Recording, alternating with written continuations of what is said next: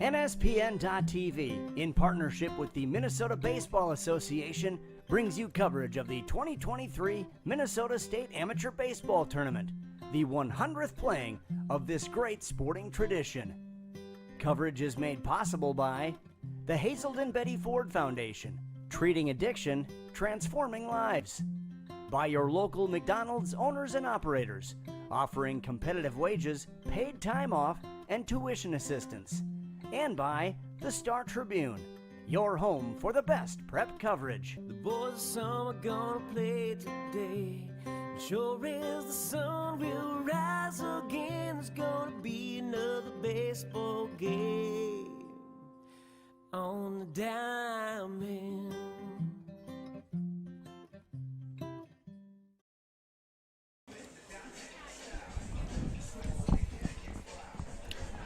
Well, 3 words for this day: fabulous. Weather, great environment for baseball coming your way here on NSPN.TV. I'm Joe Rulin along and joined with the Phil McLaughlin for some color commentary and also camera work, dual duties. And we're glad to have you here for the final matchup here at Dassel on this Sunday afternoon. Couple of teams getting at it. It's called the Hibbing Miners taking on the Avon Lakers. As we get things started here, and good matchup ahead of us. We just finished with a great one as well. Yeah, Joe, I'd say the word that I'm learning today is juice, and I hope the same juice we had in the first game we have in this game. And this will be my 7th game here in the last 2 days, and so lucky number 7. Means we should have either a 2-1 game or maybe a 10-run rule. I'm not sure. So. Yes. I haven't run across one of those just yet in the state tourney this year anyway. We had one last night, actually, in the last game last evening, through 8 innings before they scored the 10th run. Wow. That was the Brewers, Brewers. So this will be good as we get a look here as the Lakers finish up with some of their tosses. As they are ready to roll here, the home team will be Hibbing in those bright yellow uniforms. We get set here. Avon squad coming in with some mojo as well. Led by the manager of Matt Meyer, and leadoff hitter is going to be Ryan Jansen. Looks like Ryan Jansen played his college ball at St. John's with a couple other players on the team. And even a Hawkeye here, Caleb Curry. A bunt for the leadoff hitter, lefty. I think they were listening to our first broadcast. I think they how were. much you like bunting. And you know what? It's also, as a left-handed hitter, and I was a lefty, through right, bat left, I'd always get up and see how far off that third baseman was off the bag. Is he on the grass? If you're going to just let me walk to first, we'll do that. Fake bunt and a swing away. This thing goes to center and gathered up there in center field for that first out is Bellich. Hauls it in. Meanwhile, Matt Erickson toes the rubber today for Hibbing. So you were more of a push bunter instead of a drag bunter? I always wanted to be a left-hander so I could drag it. Oh, I love the drag okay, bunt. Okay. I love the drag bunt down that far. I watched so much of Rod Carew. Mm-hmm. Second hitter is Dolan, Joe Dolan. 1-0 and Joe, 1-0 and Dolan, the center fielder for Avon. And you also get a chance here for Matt Erickson, who pitches also at Minnesota Duluth, to get some good arms going here. Can't beat the weather. I love that outside corner pitch. Called a strike, 1 ball, 2 strikes. The sun moves, and now you can actually see some of those numbers up on the scoreboard. I was making things up in that first game. Slapped the line here. And yeah, you get a look, and you can't help but want to play well on a field like this. I love the nuances in center and left field. Mm-hmm. Well, like you said in the first game, the markings on the grass just really makes the stadium pop. The bunting along the first and third base lines. Up high, misses there. You know, my wife is always like, how about countertops? I said, I want like outfield grass for countertops. Wouldn't that be great during the winter? And haven't been able to buy. There's a swing and hit the first that time. Trying to get that hands out that time and the bat head out, but grounds out to first. That's Dolan for out number 2. And now Caleb Curry steps in here for the Lakers.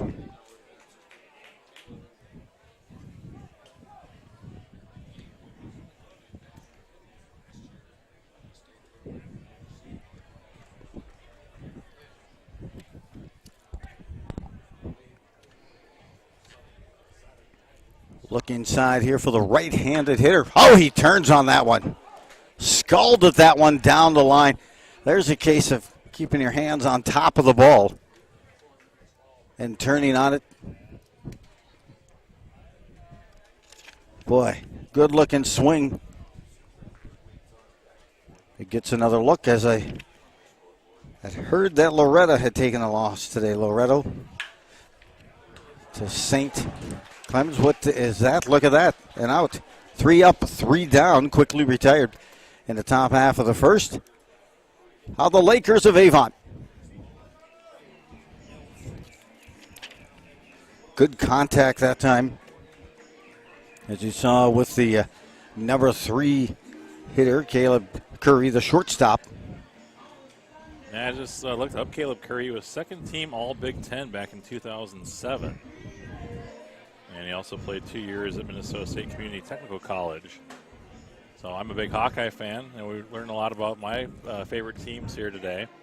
And I was just going to say, Iowa went on a magical run this year, and you know, college baseball is also a treat to watch as well.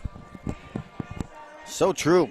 So true. I love that. And you watch that depth of that pitching. And I think the Big Ten Network does a great job of covering college baseball. I'm really a big fan of that. And, you know, it's going to be interesting to see when they add more teams to the Big Ten, how college baseball is looked at as well.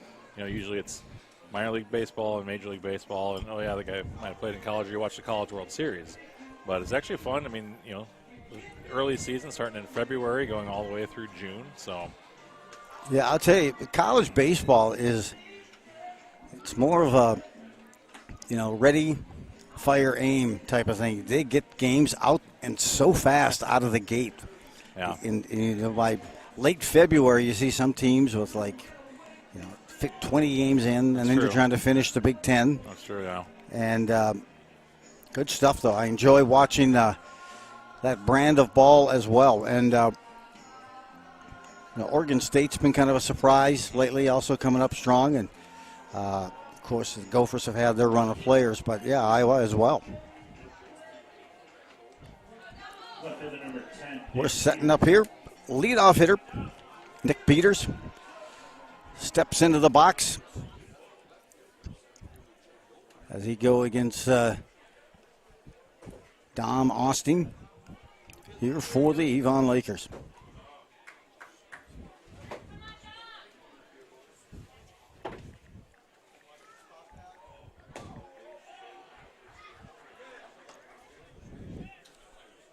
Watch that movement, and you know, here's the thing about it is I enjoy it. The pitching is good because the pitching right there, good glove work at third in time, putting the tag on, slapping the tag at first for that play. Nice play and a good throw, good short hop, flashing the leather at third for Avon. An impressive look there by Randall, and then the throw over. And the tag on, executed by Gregory. So 1 out. Here, bottom of the first. I need Nick Peters, and Bachman steps in here. Brooks Bachman playing second base. Some college ball, I ended up at second. And I'll tell you, I have always played a lot of short and pitched a bit, but it was You just learn about footwork a lot. Playing at second and reading that ball off the bat from that side. That's why I think right field is one of the underestimated spots for even kids learning to play, or sometimes when you're playing in a travel and the coach may put somebody in right. And I'm like, it's tougher to read a ball coming in your right field off of a right-handed bat because it's slicing, dicing away, different rotations. Kind of like my golf swing. And right on cue. Promptly placed right there. A little approach shot, a slice on its way into right field. Well done by Bachman. Good hands on that bat. And he gets the first hit of the game, bringing up Joe Lescabar. So that was the opposite of the play-by-play jinx, right, that you had earlier. She made amends for it. Yeah, you know what? They avenged it. That's good. There you go. Les Carbo. Tell me that isn't also a good name for me. This one turned by Les Carbo deep into left field and just foul. Oh, my goodness, at the 3:10 marker. Les Carbo let that one go. Launched it just foul.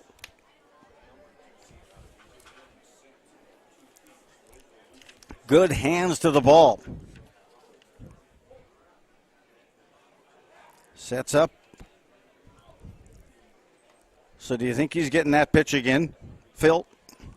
No, not in this tournament. Plays at Hibbing College.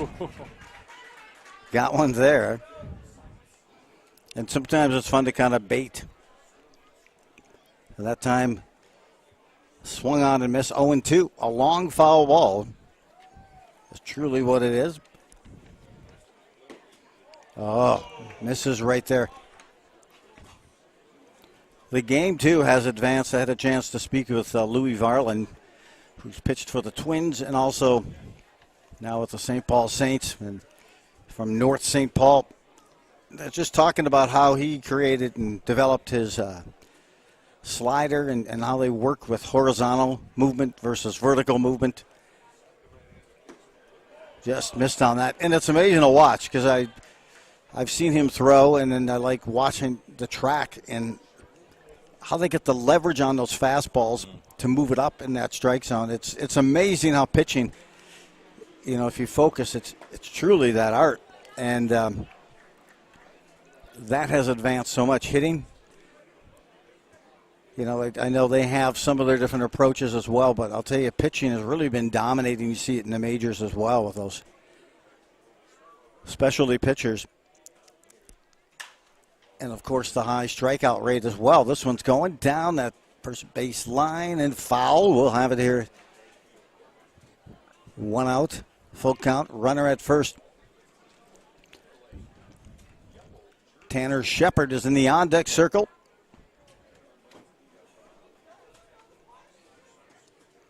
Left-handed hitter for Hibbing. Whew.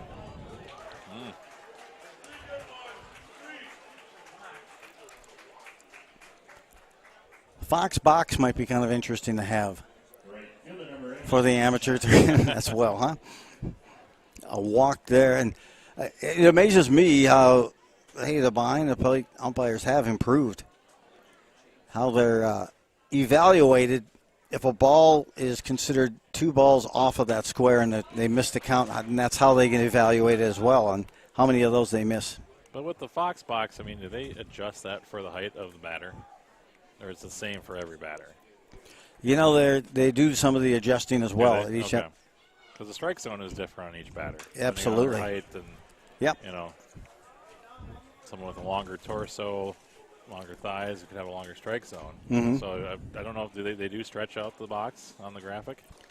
They modify it specific, along with that. So some colleagues I know that actually handle those locations and track.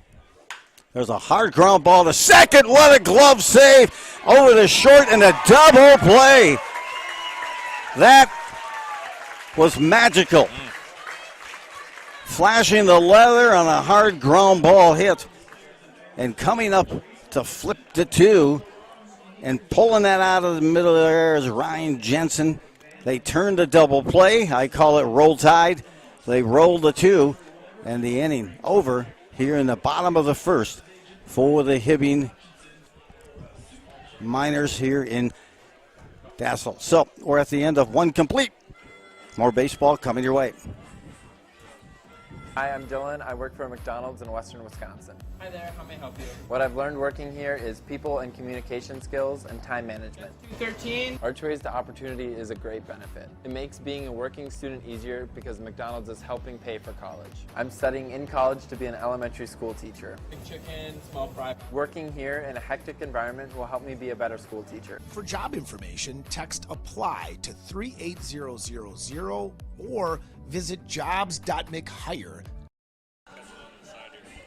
It would just depend on where I was receiving it and the situation of where it would come. We're back here into the second inning. Phil and I having a little talk about the practice of flipping those double plays as I played some college ball at second base. And the practice you'd go through on just the catch and release, as little movement on the transition, and just everything is consistent. Arm slot, everything. It is. I can appreciate it. And I think people would be shocked at the size of the second baseman's glove in Major League Baseball.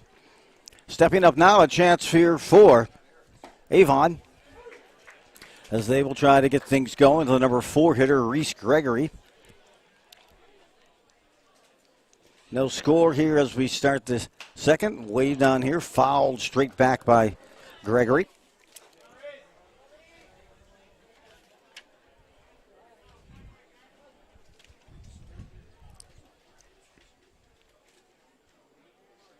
Gregory out of Sauk Rapids. Foul here, that's going to stay foul into the grass. St. Cloud State baseball as well.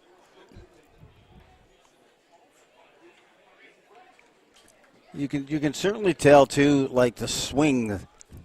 You know, they always say fast to ball, long through ball. And when people are long to ball, that's when they're having trouble getting contact. Yep. And I looked at that swing again from Curry.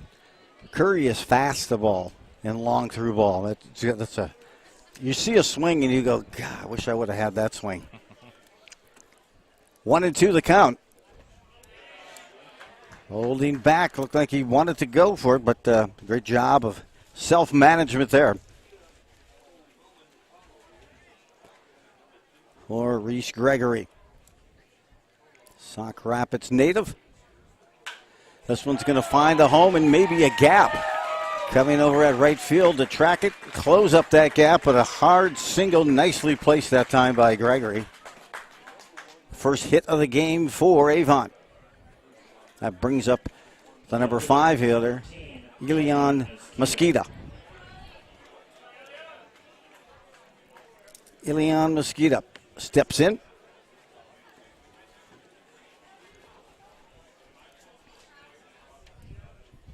That wind keeps kind of moving. Right now it's back out to center. Here's a hard ball, 2 hopper to short. From short to second in time, double play. Another beauty. Roll tide. They flipped the 2. And I'll tell you, Mosqueda had some speed going down that baseline. I didn't think they were going to get him. Good exchange. 6-4-3, the second double play here in as many innings. And that brings up Wellman.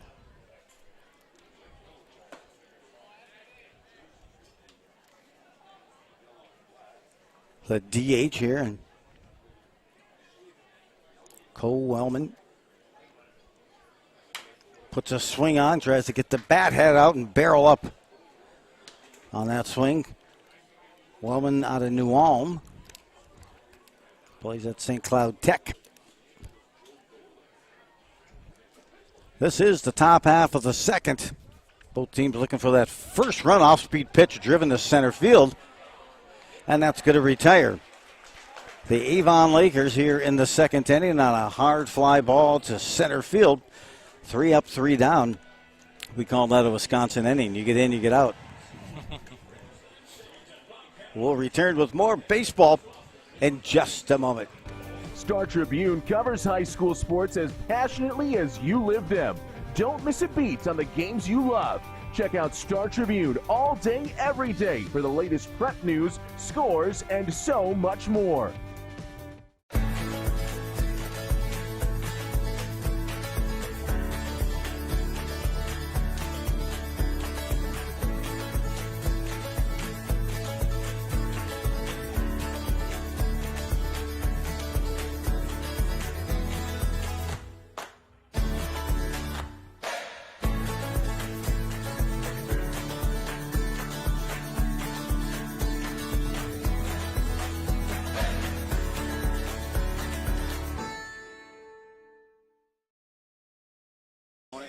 Go on the golf cart, just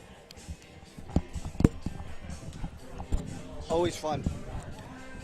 Joe Berlin along with Phil McLaughlin as we're watching the 100th year of Minnesota amateur baseball, and this the state tournament. This coming to you from a tremendous venue in Dassel, Minnesota.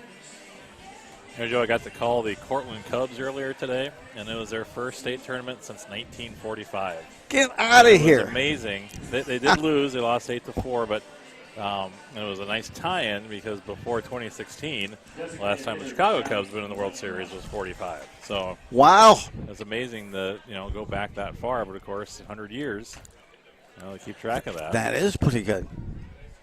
So on the broadcast, I did bring up some of the things from 1945, what a house cost, a car, gas. That's great. 15 cents a gallon. Really? Yeah. That's brilliant. That is good stuff. And of course, growing up in Iowa, in the Quad area, along with that comes the Cubs fans. Mm-hmm. Yep. All right, number 5 hitter. Number 5 is Johnny Wangerpath.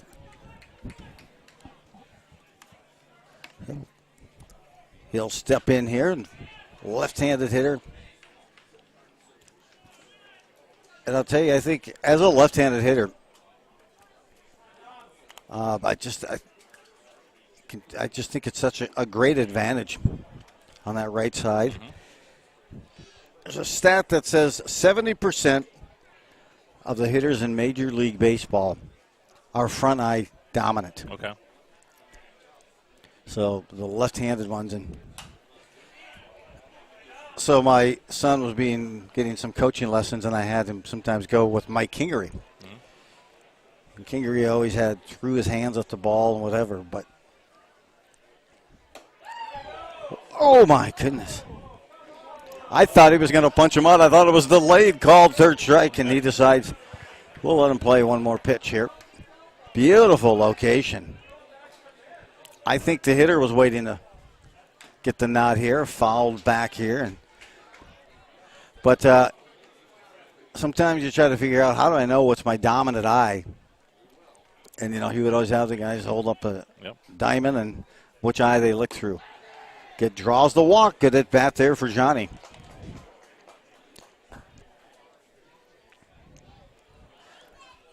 And that will bring up the number 6 hitter, and Dane Maimon-Gay. Dane Maimon-Gay, right-handed hitter.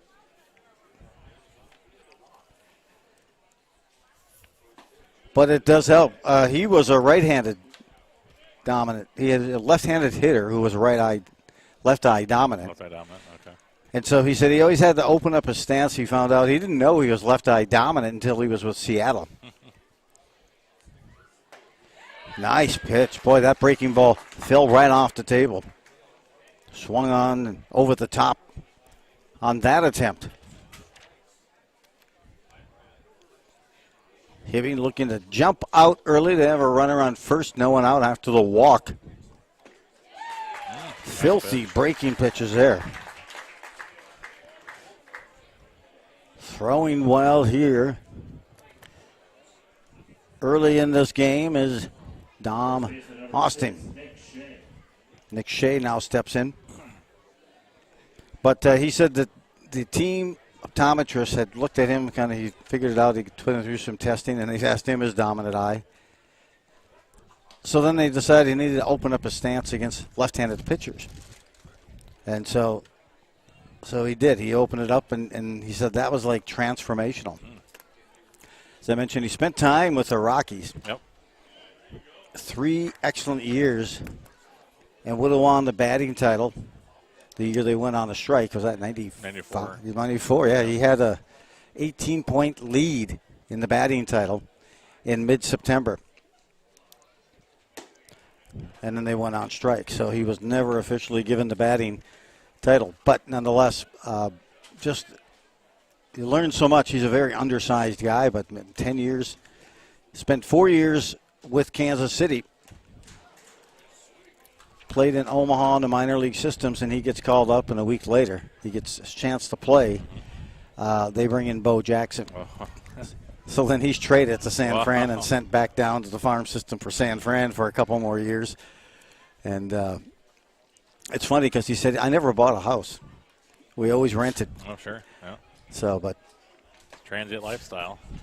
It is. So he resides now in Atwater, but it was amazing. I was talking to his son after the game, and the 15 strikeouts, and I was asking him how he throws his breaking pitch, and I don't think my hands are big enough to throw that type of pitch anymore. Some of them put the knuckle up and try to get more motion on it. I could not do that, I don't think, anymore. Did you ask him how they kept him in the dugout for that 9th inning? I should have. You're right. Phil, I should have asked him that. There's a drive. This one could go to the gap. It will go to the gap. A one-hopper.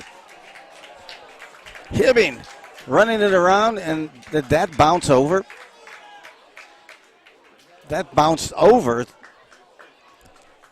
That thing had some hops on it. What a drive. To the gap. That thing was on a flight. You could see that take trajectory. It's the first ground rule double I've seen all weekend. That thing. That had to hit perfect. Yeah, that fence is pretty tall, too. It was interesting to have replay because I thought that he threw his arms up. Is he just trying to fool us? But it bounced over. Runners at second and third here. A big opportunity for the Miners to jump out front. So if you're watching the live stream, we thank you for tuning in. Go back and watch it on demand. Thank you. And you can watch the ball bounce over the fence. I'm going to do that tonight. I'm just shocked the ball had that much hops. It had some great time. He tagged that thing, torched it, barreled up on it,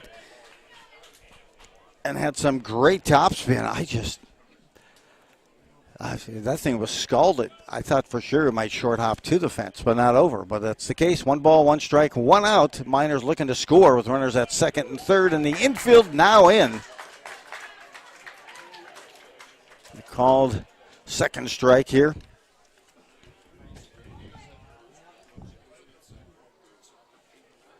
Brought in here, and that's Bellage. A little after 5 o'clock tonight. A little thinner crowd here for this game in the dinner hour. Well, the first two. Oh, packed. When I came before the Rhode Island game, it was packed in here. And then after that, the game ended. I had to wait a while to get up to the press box. Nick Shea with that big drive for the ground rule double has set the table here. And a great chance for the Miners to capitalize. Runners second and third. Bottom of the second. Tries to punch it down, but tries to catch a runner off. Double play! A beautiful execution. Just trying to punch it through was Bellage. Maybe just punch it by right side of that infield. And the first baseman made a nice play. The line drive catch was good. But the way he shifted and fired it over the third to get the double play, impressive. At the end of 2 complete, no score, as Hibbing is stymied on that opportunity. We'll be back for the third in just a moment.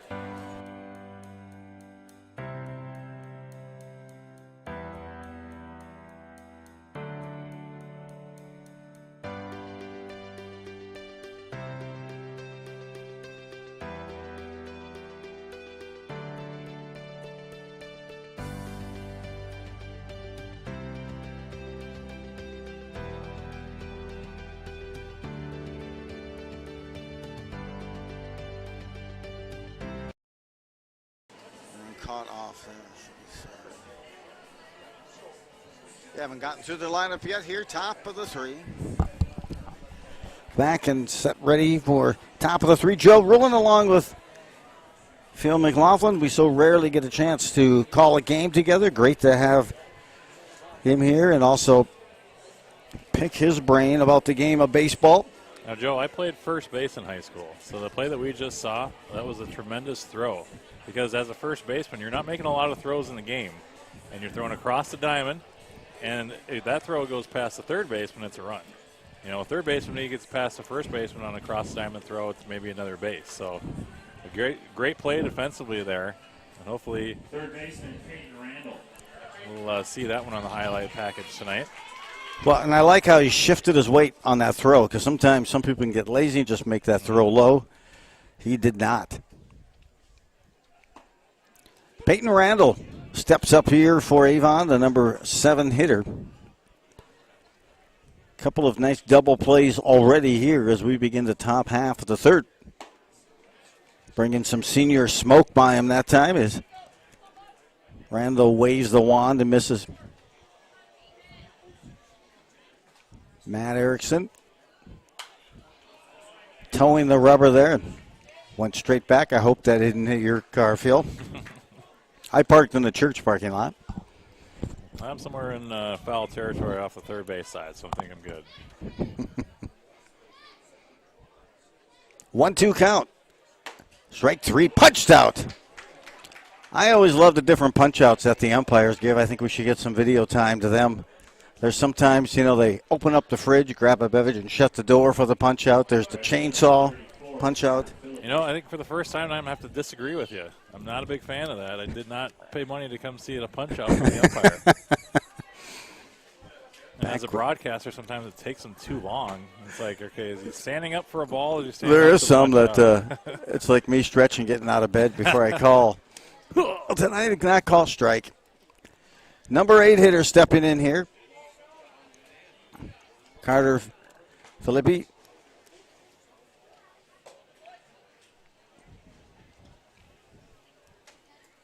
As Avon trying to get something going, sculling this one. It's got the height, it has the depth, and this is gone. A home run for Carter Filippi. And the Avon Lakers strike first with a 1-0 lead on the home run. Here, top half of the third.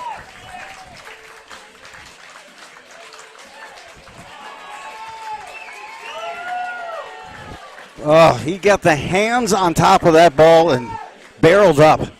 What a drive that was. Really no doubt about that one. That's a shot over the left fielder's head. Whoa. And the wind maybe looks like it keeps transferring between blowing out at center and a little out at left, but nonetheless, he got that ball and sculled it. 1-0 lead for the Lakers on the long ball.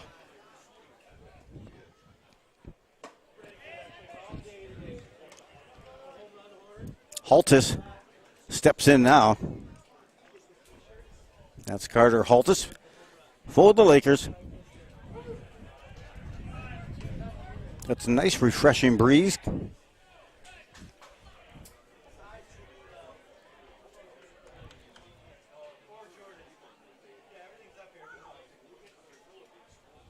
Coming right back. That was a nice drive by Filippi. Just a clean swing. Some might say that ball was up in that strike zone. But, man, he got those hands, didn't bring him down, and hit the short. Holtis is going to get thrown out. A little stumbling to finally stabilize that throw coming in by the first baseman, but out 6-3 is Holtis. As now the Lakers will flip their lineup to the top half of the order, and Ryan Jansen, who flew out to center his first time up.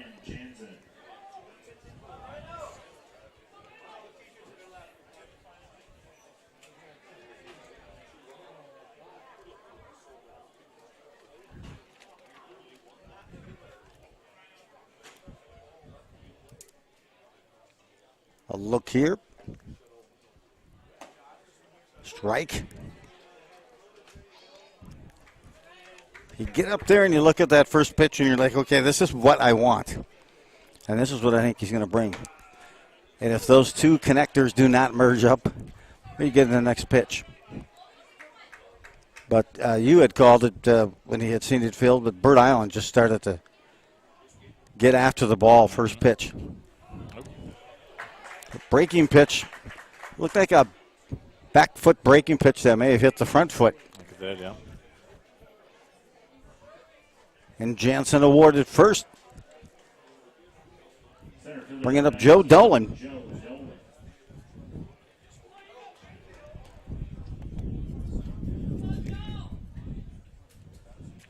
Dolan out in the first baseman unassisted at his first at bat. Out of St. Cloud Cathedral.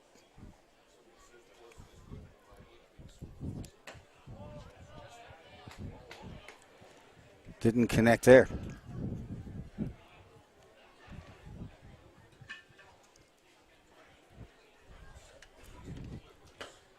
Fastball misses outside. It's amazing, too, also. A game can be moving fast, but once there's one base runner, it kind of changes that pace. And that's why, as a hitter, you kind of want to control that pace.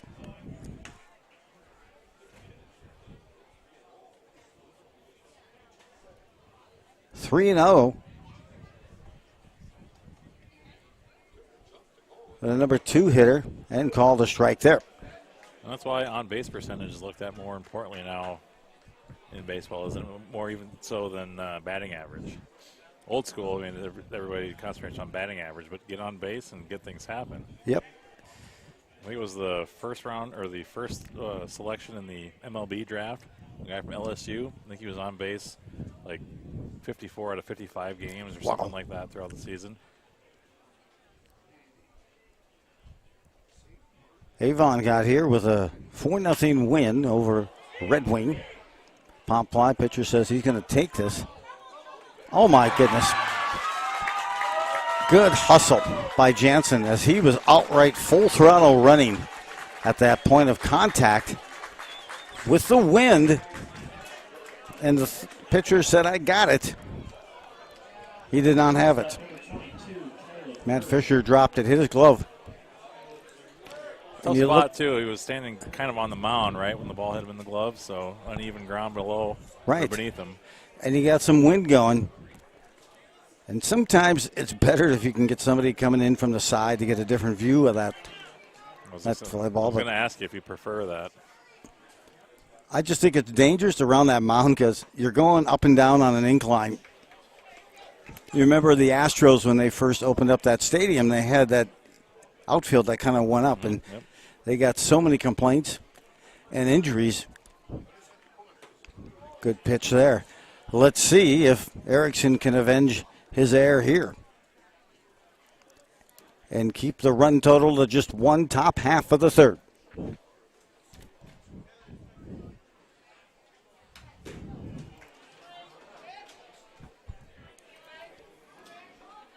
Right on that. I don't know what the umpire had said there, but take a look at the swing here for Caleb Curry. He's certainly someone who can go yard as well. I got to think you'd want to face him with no one on. Now with first and third and 2 outs.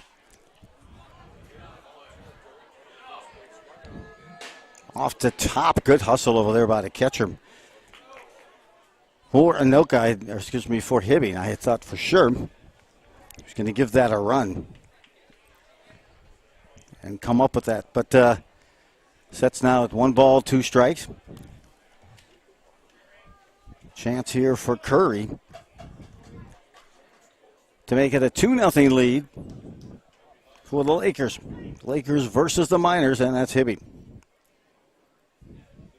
Swung on and missed a breaking ball over the top on that cut by Curry. He goes down for the strikeout. That's the 3rd out, but not without damage being done here in the top half of the 3rd. That's a solo shot for Philippi and the Lakers, and they're up 1-0. For all your scoreboard, video display, and sound system needs, please give Amy Electronics a call and let their 35-plus years of experience help elevate your game day atmosphere to the next level. Amy Electronics is a local Daktronics representative throughout Minnesota and can be reached at 952-941-9830. Amy Electronics is located in Eden Prairie, Minnesota, just off of Highway 169, Highway 212, and Interstate 494. Minnesota is celebrating a century of state town ball championships. 80 teams in 2 classes chasing a late summer's dream. For a comprehensive recap of the weekend of state tournament stories and highlights, tune in to Bally's Sports North on Sundays for Amateur Baseball Today, presented by the Minnesota Baseball Association. It debuts right after the Twins Live postgame show. Amateur Baseball Today on Bally's Sports North.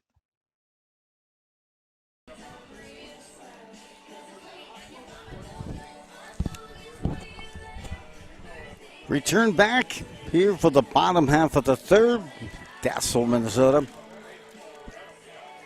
The winner advances to championship weekend, Labor Day championship weekend. Loser will call it a season. Dominic Austin on the mound here for Avon. He pitched 8 innings in their last win. And that was a 4-0 win over Red Wing. And in that game, Austin gave up just 4 hits, no earned runs.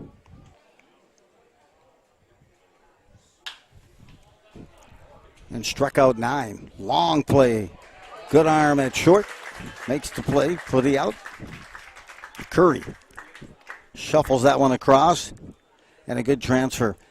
And here's the thing I always look at, too, when it comes to fielding is a lot of teams, a lot of players can make the play on the balls up around the knee and the thighs. It's the ground balls around the ankles where you need that work and way to get at it. And watching that glove work, and that's why I always called, remember as a kid you'd always play something like trying to slide it under the garage door. So every time I see a ball that goes under the glove, hence, that's my mini Joeism. Peters gets his second at bat here. Swung on and missed there. First time up, he grounded to 3rd. Bottom half of the 3rd here is Hibbing. Trying to avenge the 1 run they gave up in the top half on the home run. Punch out there, another call out.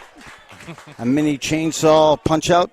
And Peters goes back to the bench on the strikeout. Number 15, Brooks Bachman. As I mentioned, it was Dominic Austin who's thrown here for Avon. Just walked 1 in his last outing, as I mentioned, in the win, 4-0. 9 strikeouts and no earned runs.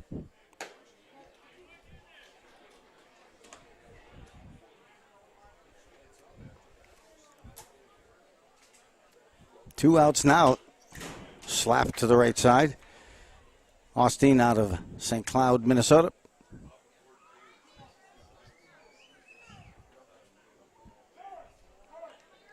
Had some impressive outings.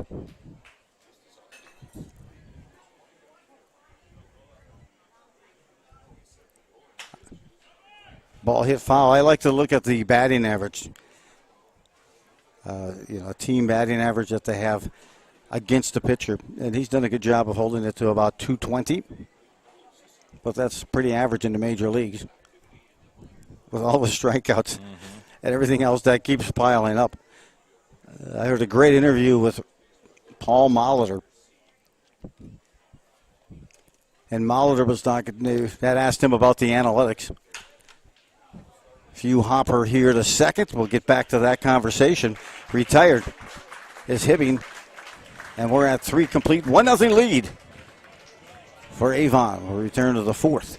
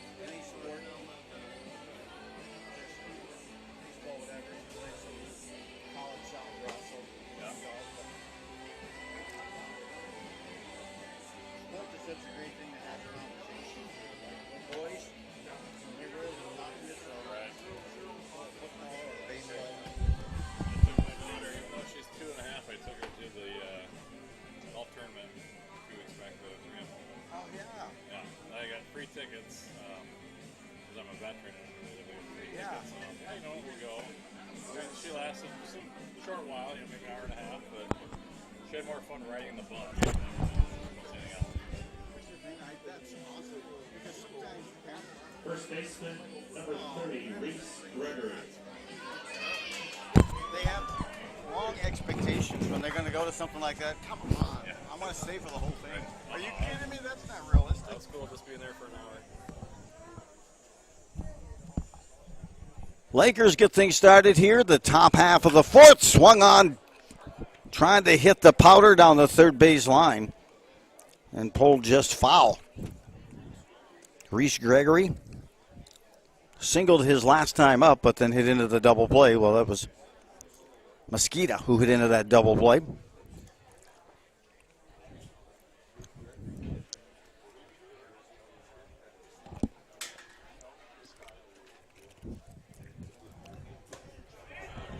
Almost went for that, but a good thing because that front foot was coming out. We had only covered about half the plate. Another pitch that misses outside. Reese Gregory currently second on the team in hitting at 344. An OBP of 386.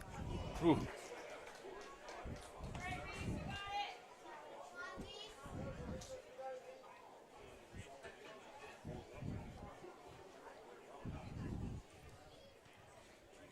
Two balls, 2 strikes, and fouled back.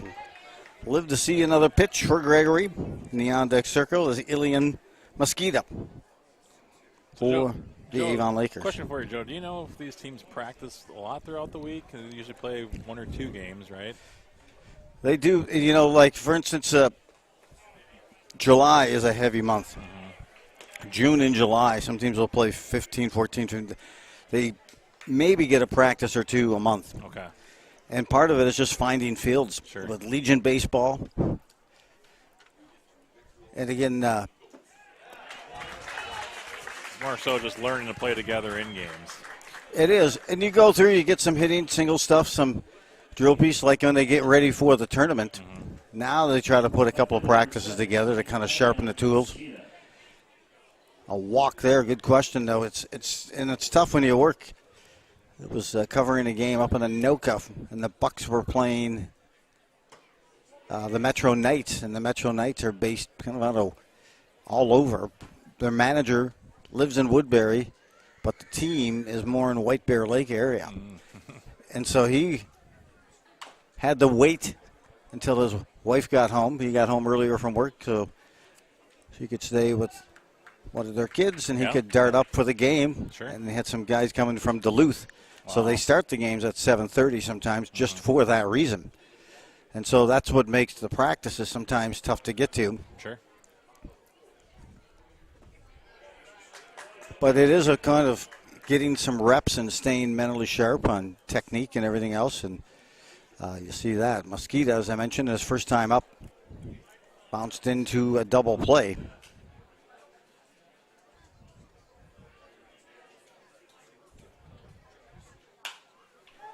This one's popped up the center, making a run. That may drop between everybody. A diving catch. Beautiful. And they're going to double up the runner at first. No, they call him safe. That's close. You have got to appreciate the focus on the center fielder for Duluth. Bellage came in full throttle and extended to make that diving catch, with another teammate coming in as well, and the shortstop and a player converging on him. Nice catch, and I thought he had the double play by maybe a half step. They're going to get the right to appeal.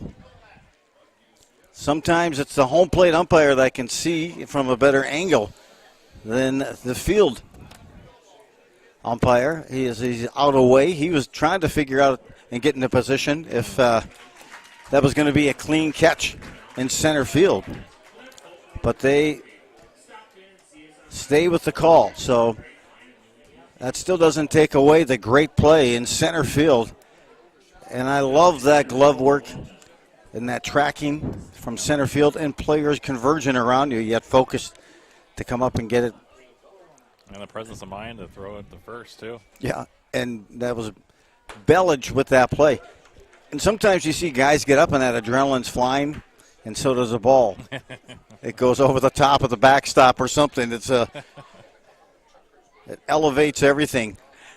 But he threw a nice dime that time on a one hop.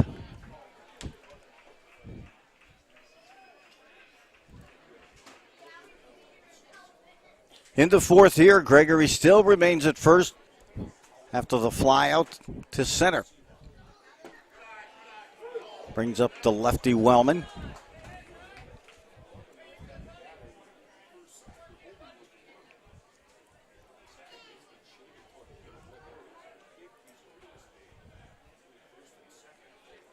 Curry is one of the leading hitters on the team. He's 0 for 2 tonight, hitting like 358.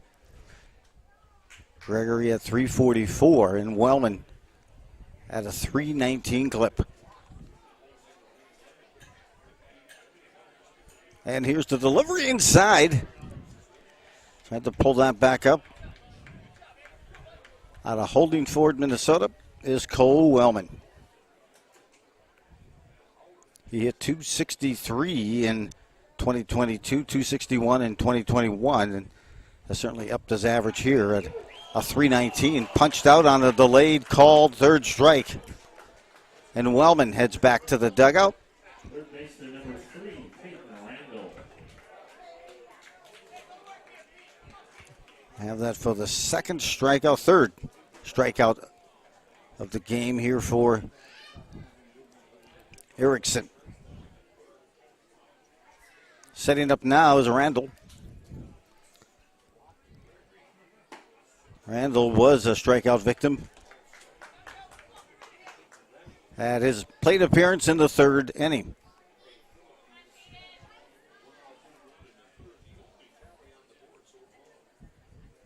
This one's driven to center field. It's got some smoke behind it over the head of the center fielder, and this one bounces over the fence as well. Holy cow, was that torched.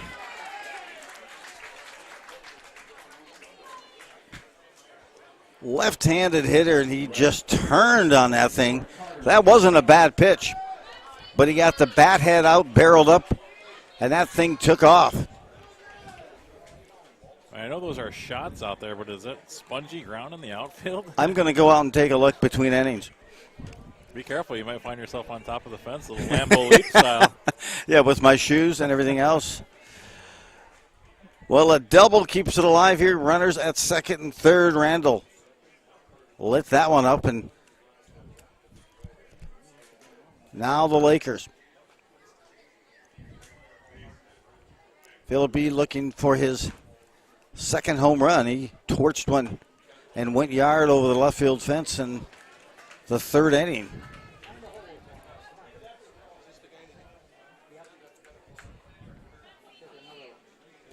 He comes in hitting .299 on the season.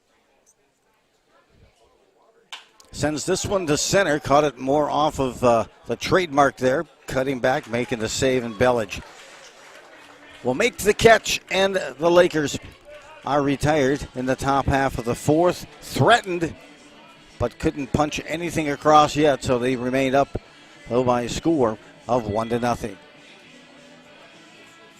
MaxBat is proud to support the Minnesota Baseball Association as we are the official wood bat. We take great pride in producing high-quality wood bats for professional, amateur, and youth baseball players worldwide. At MaxBat, our main focus is quality, customer service, and quick turnaround time.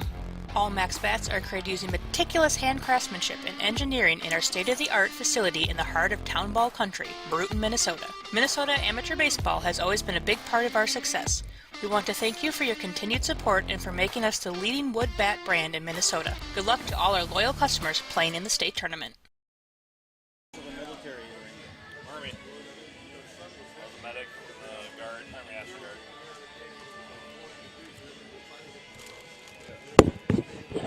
That's cool. It's a lot of work. My full-time job, I do benefits for veterans. So I'm a county veteran service officer out of Dakota County. My 9 to 5.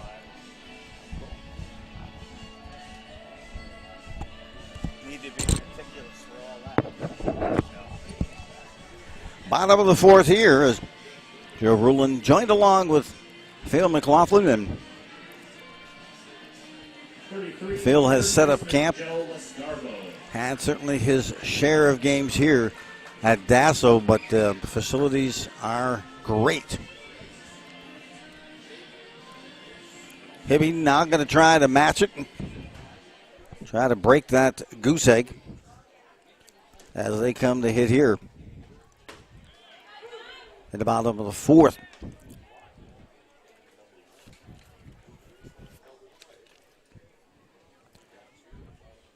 Joe Lascarbo holds back on that. First time up, he walked.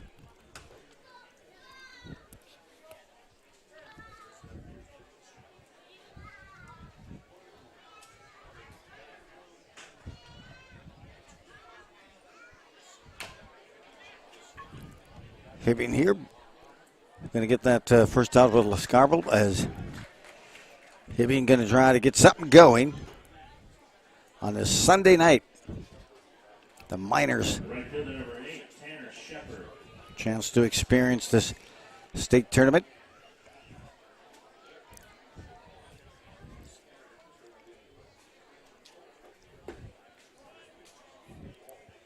The last game prior to this one that the Miners had played was on August 12th against Roseau. Game that they ended up winning 7-1.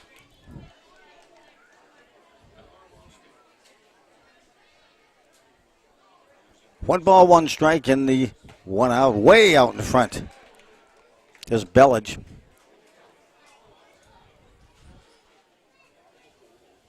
I wouldn't expect anything else but speed with the plays that he's made at center.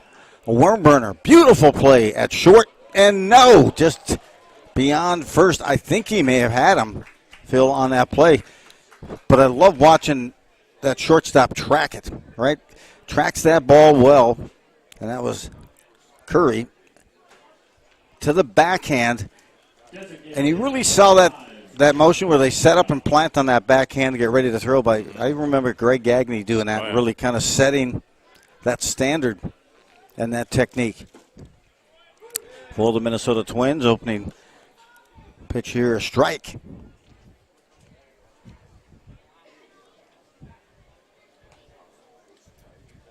A reminder that NSPN.TV is poised to bring you another great year of local sports. $10 a month or $30 for the year. A great deal here for live streaming action. Waving out in front again is Wingenroth.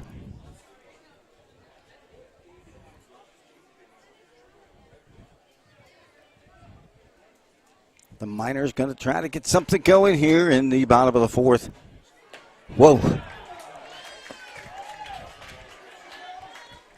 Waved at that pitch. It looked like it was at least a foot outside, and maybe he was expecting it to come back. It did not. Shortstop, number 21, Dane Menninger. So now 2 down in the bottom of the fourth.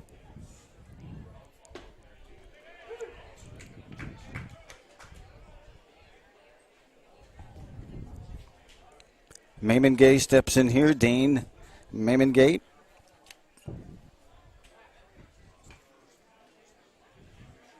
385 hitter for this Hibbing squad.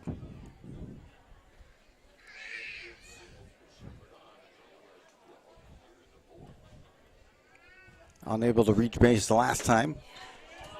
Second, not sure where that missed, but it was a ball.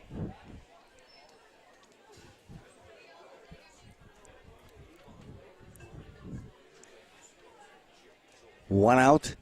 Excuse me, 2 outs, 1 on. Called a strike there.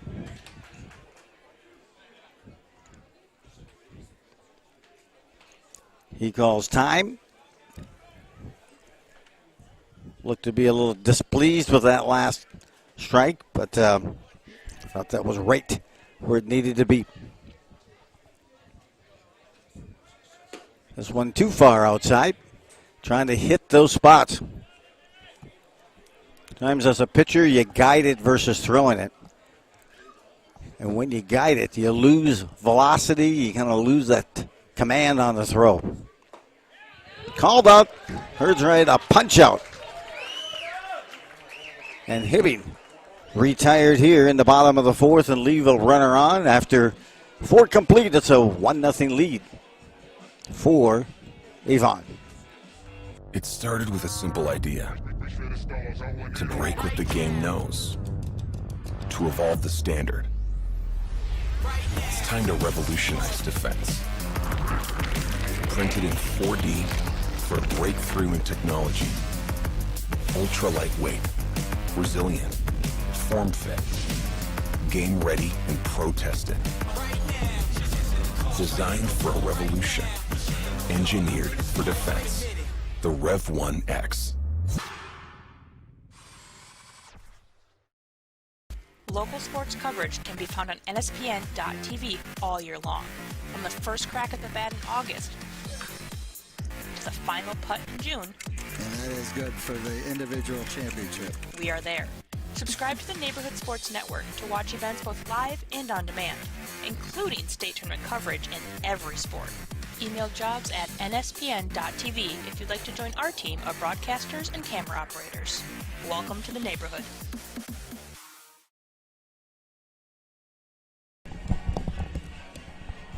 Welcome back on this Sunday night NSPN TV and Dassel, the 100th year of amateur baseball in the state tournament coming your way here. Glad to bring it to you. Joe Rulon along with Phil McLaughlin. Phil, what are some of the score updates? Over in Litchfield in the top of the 5th inning, it's a scoreless tie between New York Mills Millers and the Sartell Muskies.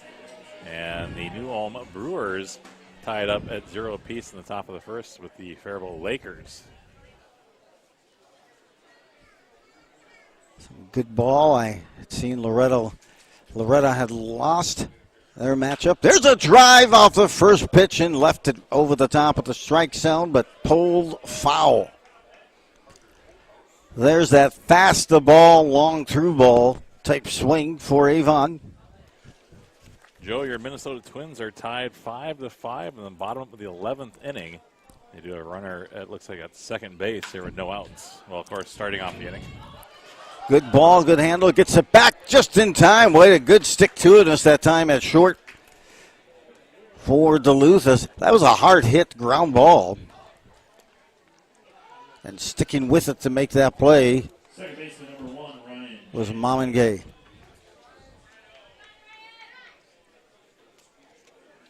One down here in the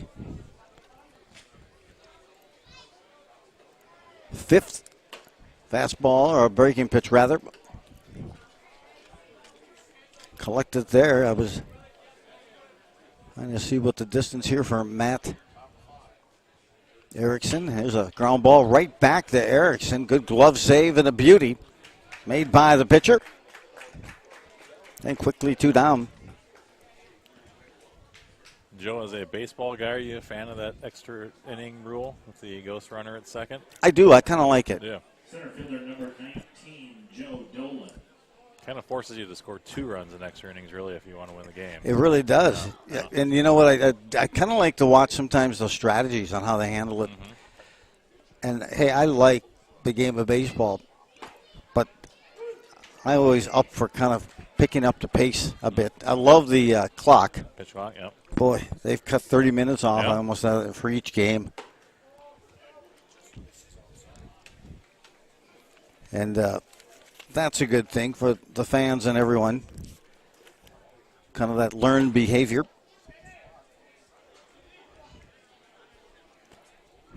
How about yourself? Do you like the starting that runner at second base? You know, at first I didn't, but now I do kind of when you see more teams, you know, trying to score 2 runs and that kind of thing, like strategy like you're talking. And it reminds me of overtime rules in high school and college football. You know, first and goal at the 10. This one's lifted to center field. Or first and 10 at the 25 in college football. So right. Fly ball out. Avon is retired in their top half of the 5th. We'll go to the bottom of the 5th and still a 1-0 lead for the Lakers. Star Tribune covers high school sports as passionately as you live them. Don't miss a beat on the games you love. Check out Star Tribune all day, every day for the latest prep news, scores, and so much more.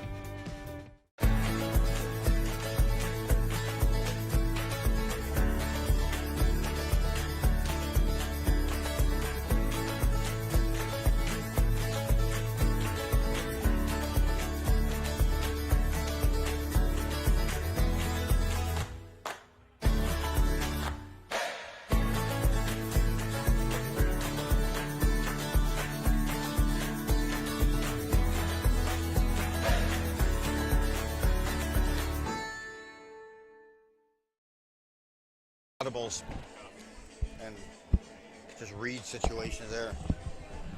Welcome back, NSPN TV. The winner here advances to next weekend, and that is kind of the Labor Day championship weekend. Joe rolling along with Phil McLaughlin, and Phil, that everything comes together. You're playing 2-3 games, and it's all on the table. I love the format they've had this year, one and done. And they've also combined A and B. Yep. And, I think it's been interesting to watch. I don't think you've seen A dominate as maybe they thought that might. Right. A good balance out there as we go to the bottom of the 5th. And the Miners here are going to try to get major numbers. Nick Shea steps in. What I like about it, too, and I know there's some intricacies and some different rules and that kind of thing, but I've watched A and B and C this weekend, and I can't really tell the difference a lot of times. It's a good product on the field. Exactly. And, here's where they can draft, and you watch most of these guys and teams, they draft their pitchers. No. And the pitching is such a key. You watch it in playoff baseball as well as it advances. The game changer is pitching. The scores are rarely 12-2, 12-3. They're a lot like what we had in the game previous, 5-1 as Bird Island won their game. But what happened to the pitching? 15 strikeouts for Kingery, but just dominated. One down, and there's a strikeout right on cue.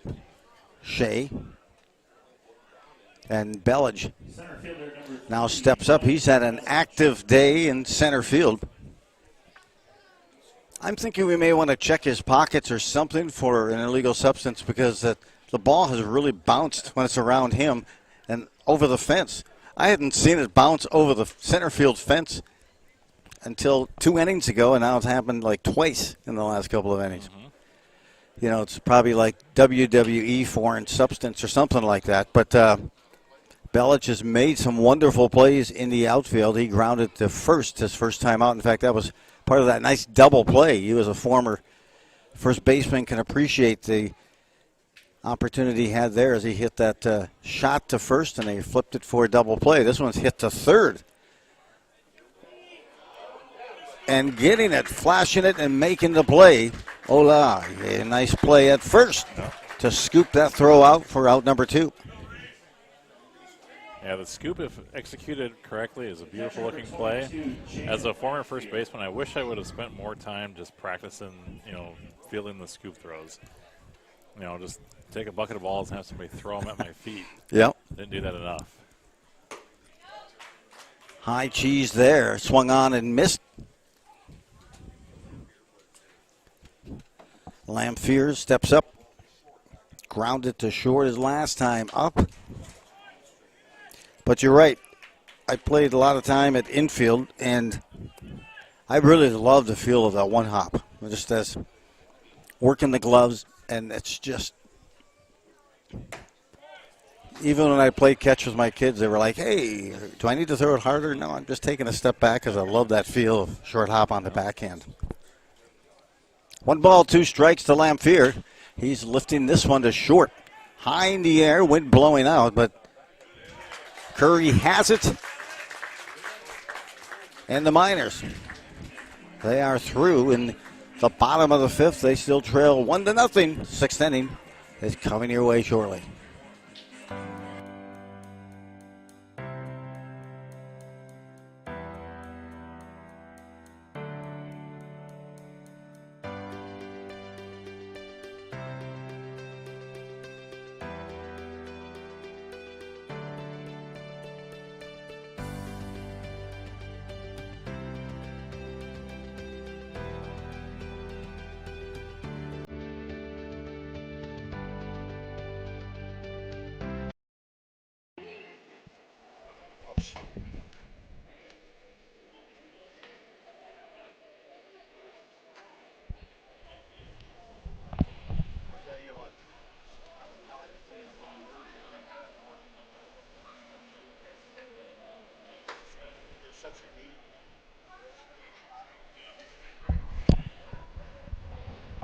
This is the Class C state tournament. And you're getting a look at, what I could use in my son's room when he was a little younger. That type of cleanup and that type of team to kind of organize maybe the toys or maybe the socks and everything else. It's like a NASCAR pit stop. It's done quicker than a hiccup, but efficient. I think they call them the pumpkin crew. Is that it? That's what I've heard over the PA address announcer. That is trending. Or pumpkin patch, there you go. Big thank you to those guys, too, though. I mean, all weekend long, just great people here at Dassel.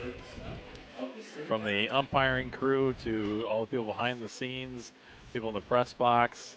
I just want to do a shout out here. Big thank you to everybody making this a wonderful tournament to be a part of. Work. I was here 12 hours yesterday. Today I've been here for about 8. So delicious food too. And calorie free. It was, exactly. This turn, Curry. 0 for 2 so far. He's going to run this out, a diving catch, and it's called out on that. I was behind the beam. I couldn't tell what if he made the extended or not. I was looking on the camera, and there was a nice play there in left field. Nice job. I think it was in foul territory. Boy, Mosquito there with an outstanding play. Excuse me, in that place. That was Peters, Nick Peters, who made that play for Hibbing. Next pitch, sent high and straight back. Quick story, Joe. Yesterday, one of the first games I did, there was a home run hit out to right field. And so then maybe an inning or two later, another ball hit to deep right. and that pillar's right there, and I started doing my home run call because I couldn't see it. And the way they were acting, I thought it was gone. And it was just a fly ball out to the right fielder. Right behind the pillar. Oh, my God. Hey, that happens. I think I had one that was a fly out to first. They lost despite everybody looked over, and dubious honor is saying, yeah, that's an infield fly ball. Well, here's Gregory for his third plate appearance of the night. He had base on balls his last time up. He singled his first time up. One of the top hitters on this Lakers squad. And with that, after that single, Mosquito hit him into a double play. There's one to short, staying low on the ball. The throw in time, short to first. One of those balls around the ankles. Nice play, get down, follow up, and makes the play, Mosquito. Excuse me, that's short.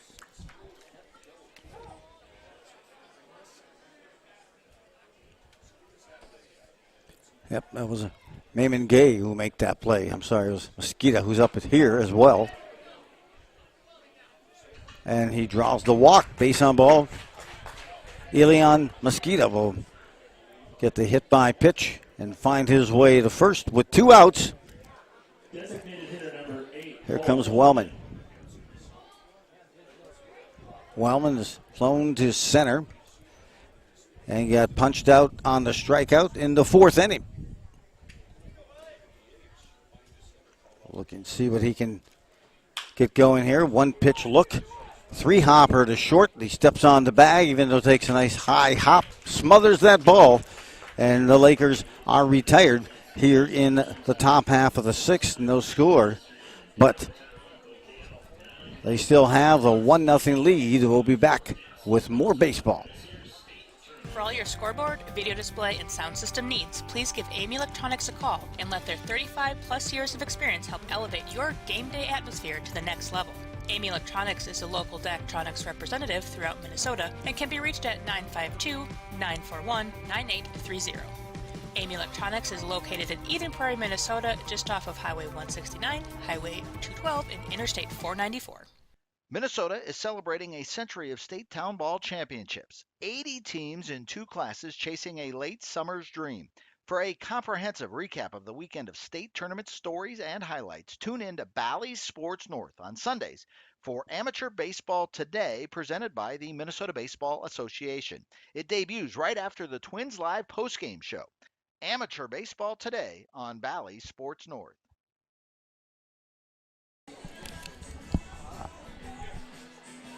Bottom of the 6th as we come back here. Joe Rulon along with Hale McLaughlin. Avon Lakers with a 1-0 lead still in place. Well, Joe, I don't know where Hadley is, but the Hadley Buttermakers. That's got to be my favorite team nickname. I think that's Andy Price's as well. I think he likes the Buttermakers as well. That one jumps out for me. We were talking about what was the favorite nickname of all of these team names that exist here in this state tournament. I'm going to get back to mine here, but first I want to get back to the hitter for Hibbing in the leadoff of Nick Peters. Peters just made a great catch. And as you mentioned, Phil, I think it was just in foul territory down that left field line. In the top half of the 6th to retire Curry. So ahead is that. One I do like is Low Gators. And I know Matt Merrick, the manager of that team, and had spent some time down south, so he was. That's how he brought that name up. I like it also because it's different than some of the others and easier to remember as I get older. I need that advantage. I'm a big ball cap guy. I collect hats, and so I think a Buttermaker's hat would be an interesting one to wear. Hey, that would. Although the polecats is something I need to see more, hear more about. Pitch inside. So you have those, and you got the Steves, St. Stephen Steves. Just a unique name. I don't. Under it, baseball 365. There it is, up high. Put a swing on the high cheese that time, could not catch up. That's the downside of those fastballs. They can be tempting when you're looking at those coming at you eye level. But if you're unable to catch up with it, that can be your worst enemy. Peters goes down swinging. Start the bottom of the 6th. And Bachman now steps in. He had a single in the first inning and grounded out to second.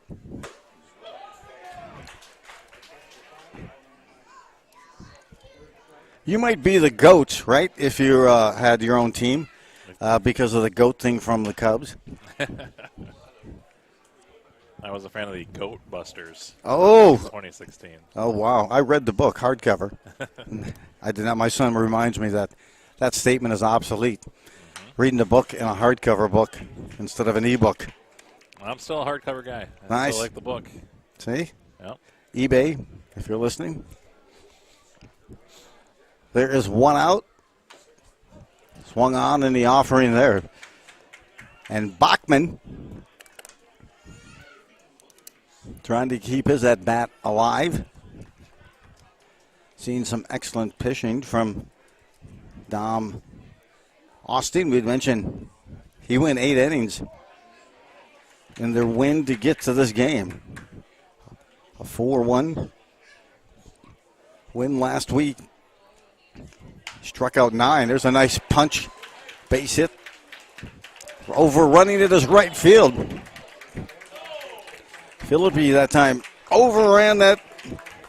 And that'll be a single and a 1 base error. So they get things stoked up here from the number 2 hitter Bachman, who gets his 2nd hit of the game.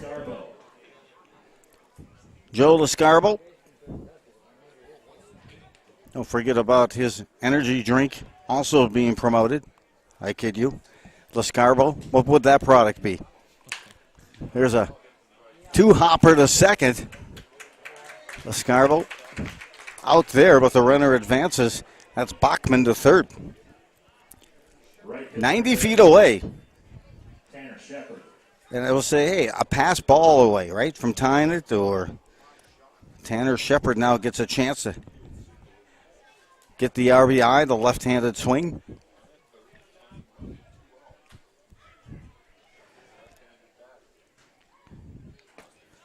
Swung there and taken for a strike. We talked about college baseball earlier. Do you like the bats that are used, or what would you?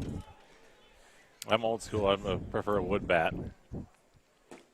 Just the speed and the impact on those bats, and man.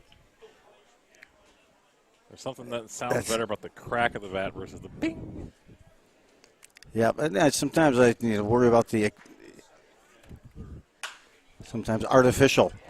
Oh, there's a shot to short, trying to backhand it there. He got there. He was kind of getting that backhand way to make the throw, but it takes a bad hop off of Curry. I think may be a hit. We'll see what they call that. As that took a strange hop just before it got to Curry, and now we're tied up at 1 apiece. Let's see how the teams respond. They call that an error. An error, yeah. E6. Way out in front. And I will tell you, Austin has had the number here for Wagenroth because he's been so far out in front of each pitch. Last time, the pitch was out of that strike zone.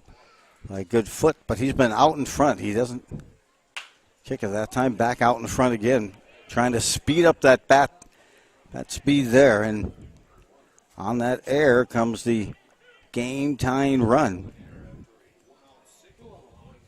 for Hibbing. This the number 5 hitter. As mentioned, Johnny struck out his last time up. Boy, came with the juice that time. Oof. Good old-fashioned velo and got the strikeout. It was kind of like, let's get to business right here. Bam. And a punch out there. And not without Hibbing getting the run and tying us up at 1 apiece here as we have 6 complete from Dassel. More baseball coming your way.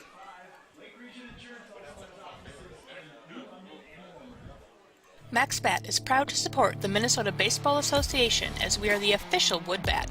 We take great pride in producing high-quality wood bats for professional, amateur, and youth baseball players worldwide. At MaxBat, our main focus is quality, customer service, and quick turnaround time. All MaxBats are created using meticulous hand craftsmanship and engineering in our state-of-the-art facility in the heart of Town Ball Country, Brewton, Minnesota. Minnesota amateur baseball has always been a big part of our success. We want to thank you for your continued support and for making us the leading wood bat brand in Minnesota. Good luck to all our loyal customers playing in the state tournament.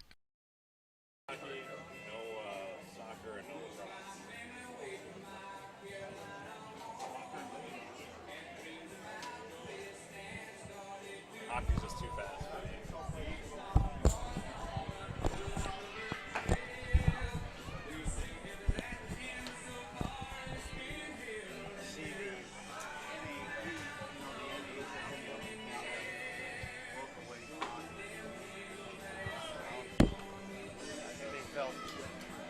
The owners in that league trying to get Andy to Third baseman number 3, Peyton Randall.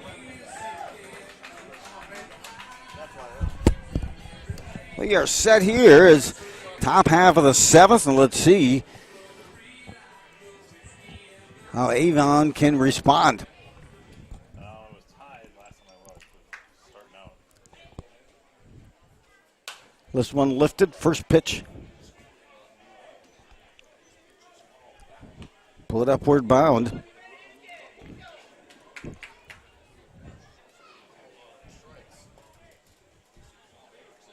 Peyton Randall settles in here.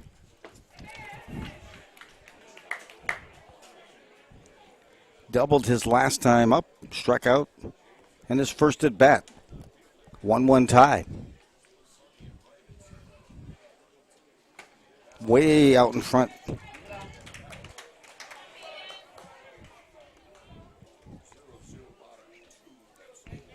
Matt Erickson, the pitcher here for Hibbing, is in his 7th season with the Miners.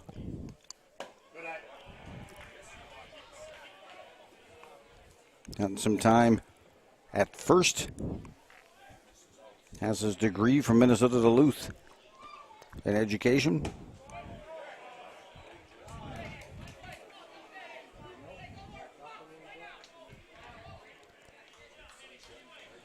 Three balls, 2 strikes.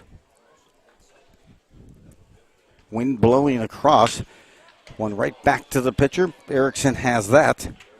That's his 3rd putout here of the game on comebackers to him at pitcher. So, first hitter Randall retired here in the 7th. 34 right fielder Carter Philippi. Philippi went yard in his first at bat. It was one of those moon shots. You get the backspin and the carry, and it went out to left. And this one is a line drive. Nonetheless, keeps his hands on top of the ball there. Foul ball way down that left field third base line. Second time up for Philippi, he flew to center field. Woo! Sometimes you start to see the pitcher's going to get in that next gear, right? It's all of a sudden you get a good leg drive, an arm whip, and it starts to come together. This one goes to center. This one's up. This one is going and not coming back. Going yard for the 2nd time in this game. This time he goes out to center field. Carter Philippi, his 2nd home run of the game. And once again, he gives the Lakers a 1-run lead, 2-1 here in the 7th.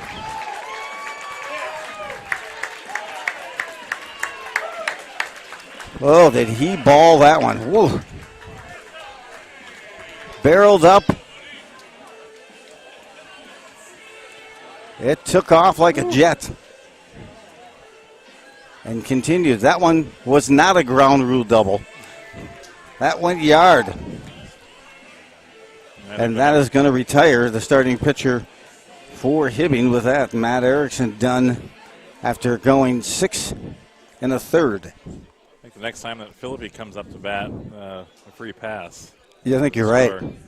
I would put nothing by the strike zone for him. That was just a shot. Have you ever been intentionally walked? In a video game. Okay. I was always the one, they intentionally walked the guy in front of me to get to me. I had one home run in my high school career. So I was more of a average guy. Played first base and usually hit somewhere 6th or 7th in the lineup. So not the most power. Did you ever remember in Iowa, girls high school basketball 3-on-3? I've heard many stories. My dad's side of the family is from Iowa. So they couldn't go across half court. Correct. Yeah. And the joke always was that if they turned off the lights, that they would trip over the half court line. It was just ingrained in their memory by three on one side of the court and 3 on the other. Yeah, you're right. And growing up in southwest Minnesota, sometimes we'd get stations from Sioux Falls or in Iowa as well on the old UHF dial. And I used to watch that, and I'd use such a charge, but I thought, who wants to play defense all the time? Don't they rotate? Don't they give these girls a chance to play some offense? It was pretty competitive basketball, though, from what I was told. It is. That it is. Well, next up is Carter Holthouse. Holthouse. A couple of bats, couple outs, one a bounce to short. As the new pitcher in for the Miners.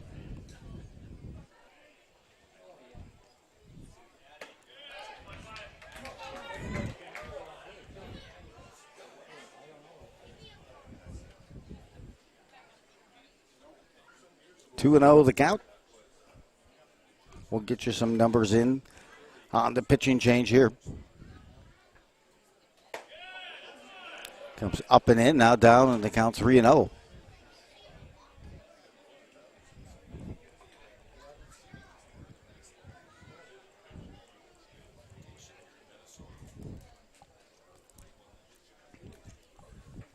Setting up and quick walk, 4 pitches, and a free pass.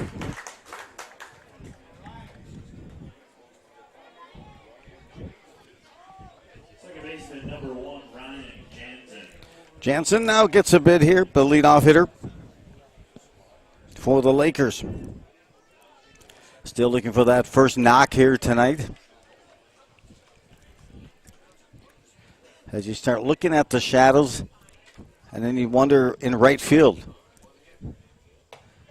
Sometimes anything routine can catch that sun, and as the day starts to get long in the tooth, 5 straight balls here tossed for the Hibbing hurler. And there's the strike.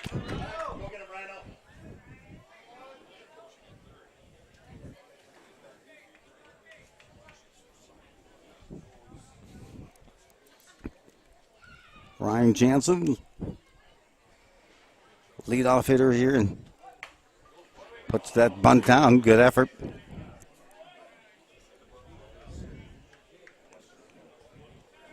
Lane Gerber is that pitcher here for Hibbing.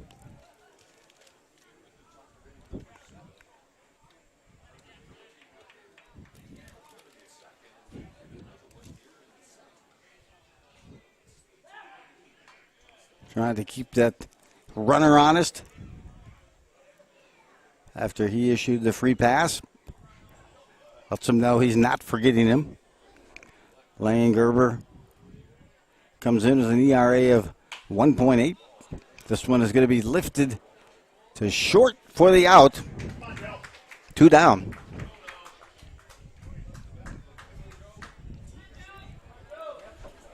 Shortstop there. Maymenge makes that play as they flip that lineup with Jansen. Jansen now 0 for 4 on the evening. And Joe Dolan steps in.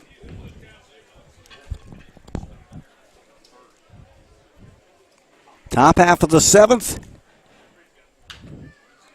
Lakers have reclaimed the lead on the second home run of the game by Carter Filippi.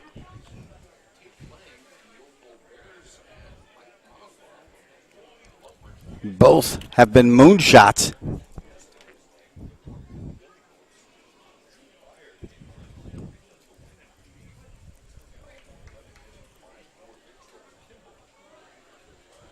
As they get set here now for the delivery back and just on the outside part.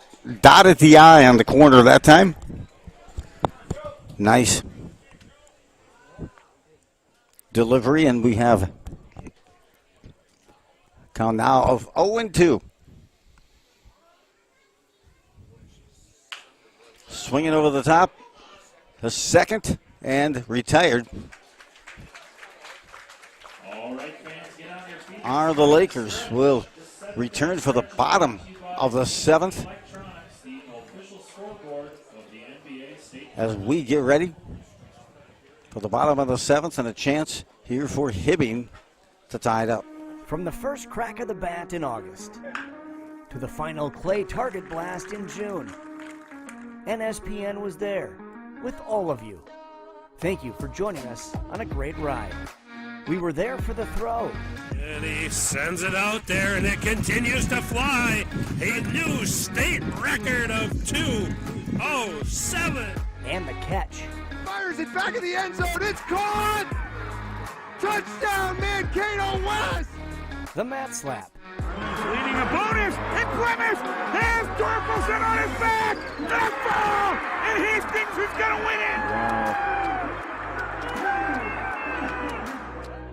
And the punch out.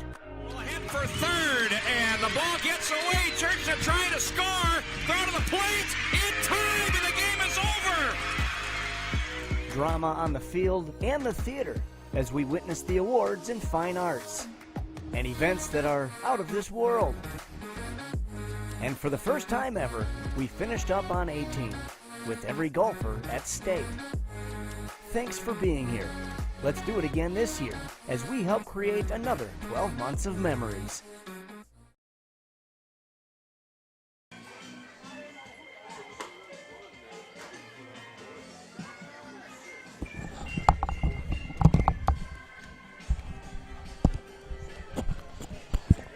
Little take me out to the ballpark for the 7th inning stretch.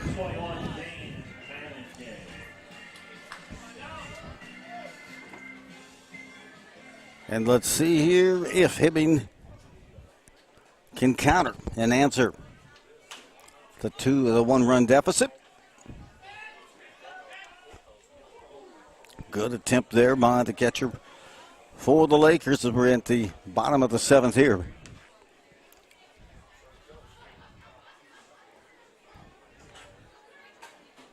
Runs have been a premium.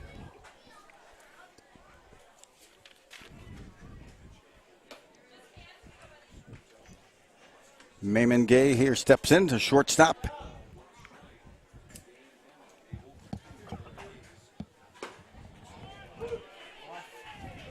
Called a strike there. Last time he was punched out on a called third strike.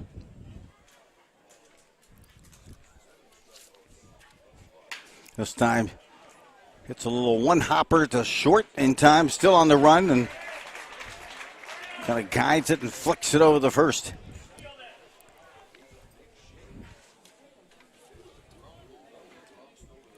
So 0 for 3 so far tonight for the shortstop, Mayman Gay. And Nick Shea picked up a double, a ground rule double in his first at bat in the 2nd inning. Takes his first swing here, lifts this one to center. Has it corralled. A catch there made by Dolan in center, so now quickly 2 outs. Bellich steps in. Not much bunting happened in this game, Phil, just a couple, but the game sometimes of that awareness, sometimes you're not aware how quickly it's going, and each at bat you think, okay, hey, I'm just going to barrel up, find one, and you keep getting those same results. Bellick on the night, 0 for 2 with a fly out. And now he gets this first knock, a nice base hit to right, and there's stumbling again to make the play.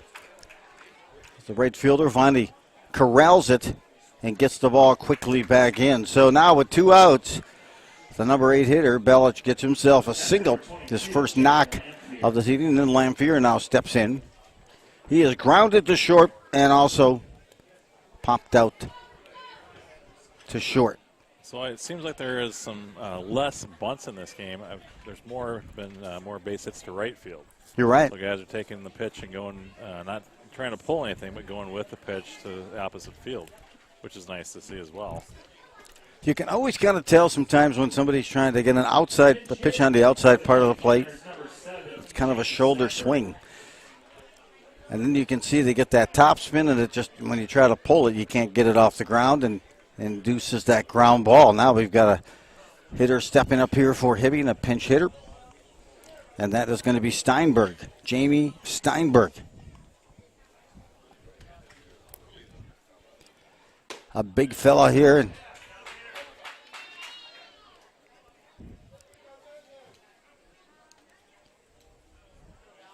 Out of Hibbing himself, and an average this season of trying to get that first knock. A good time for that here at the state tournament. The Miners with 2 outs and a runner on first. They will flip the lineup after this hitter. Swats it. But you also have to give credit to the pitching job here by Dom Austin, as he's just been steady, right? Consistent. Not a lot of walks. Keeps the players engaged.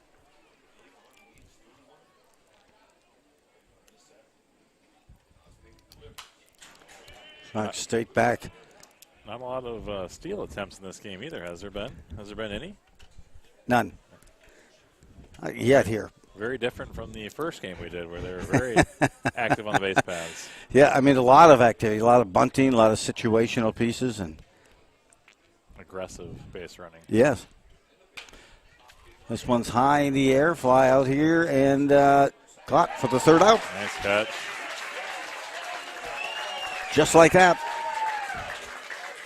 On the pinch hit attempt, the Miners are retired. And so we are at the bottom of the 7th. Trying to get to something going here as we go to the top half of the 8th. And we'll come back with some score updates for you as well. MaxBat is proud to support the Minnesota Baseball Association, as we are the official wood bat. We take great pride in producing high-quality wood bats for professional, amateur, and youth baseball players worldwide. At MaxBat, our main focus is quality, customer service, and quick turnaround time.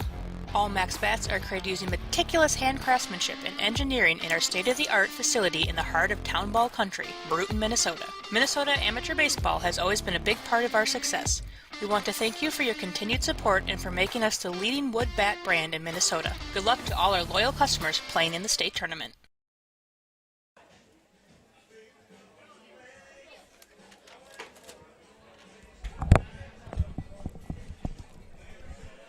Set up here for the top half of the 8th.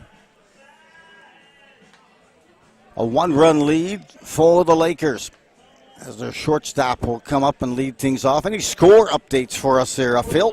In the top of the 4th, it is still a 0-0 tie between the New Ulm Brewers and the Faribault Lakers. And in the bottom of the 8th, it's Sartell Muskies 2 and the New York Millers 0.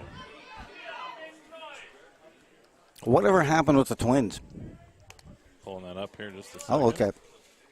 I thought maybe you may have told me and I fell off my mental hard drive. Both might have been true. Curry hits to get things going. He was robbed on a shot down the left field line. It is a final in 13 innings. The Texas Rangers 6 and the Minnesota Twins 7. Wow, very nice. Victory. Up top. Couldn't quite barrel up on that one. Just underneath that. And then ahead in the count now 0-2.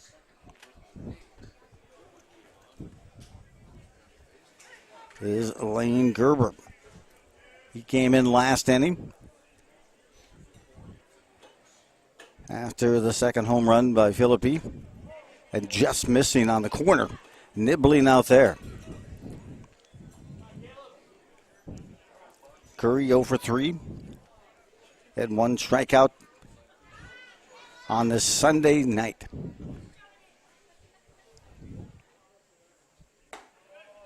Called out, punched out again. A delayed punch out. Goes down for the second time, does Curry, and we now go to Reese Gregory. Reese has picked up a single, but then got in the middle of a double play. A walk in and a pop out. And now a base knock. Trying to get the Lakers get back away here. See what Ilion here can do. Ilion Mosqueda. Number 17, Elion Mosqueda. Mosqueda on the evening. Walked his last time up. Ground out. And then hit into a double play. His first at bat. We're going to have a pinch runner. See if maybe we can induce a stolen base attempt here.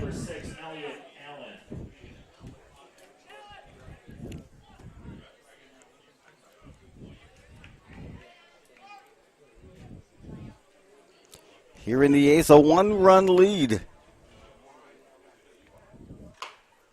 One swing, hard nub to short. Not in time to get the double play. Tough play. So it was a slow hopper, but a nice job by Gerber with cat-like quickness coming off that mound. Charge it, catches it on the one hop, throws a dime to the shortstop. But again, too slow of a ground ball, and you throw it back towards short to get the lead runner, which you need to do. And then a step or two late to get Mosqueda. Now Wellman steps in with the 2 outs in the eighth here. Knocked out, pass ball there still. Doing a nice job of getting that ball down. He was a lot closer to Lamphere with that throw. Yeah, a lot more on that throw than I thought he was. Yeah, it did.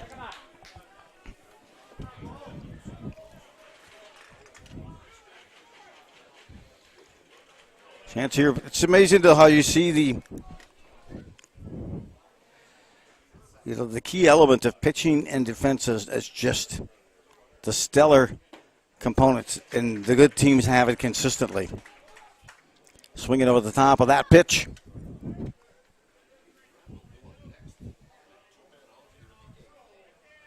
There's Wellman. Wellman looking for his first hit of the night.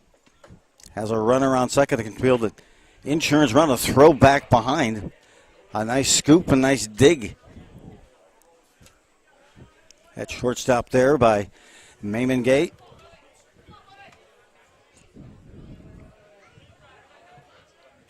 I like the idea, though. Somehow you got to just kind of be that catalyst and try to spark. Especially if you're Hibbing here, and this is a great chance for an insurance run. One run feels like 3-4 runs in some of these games, right? It takes a lot of work, but it's a game changer if they can bring that runner in from second.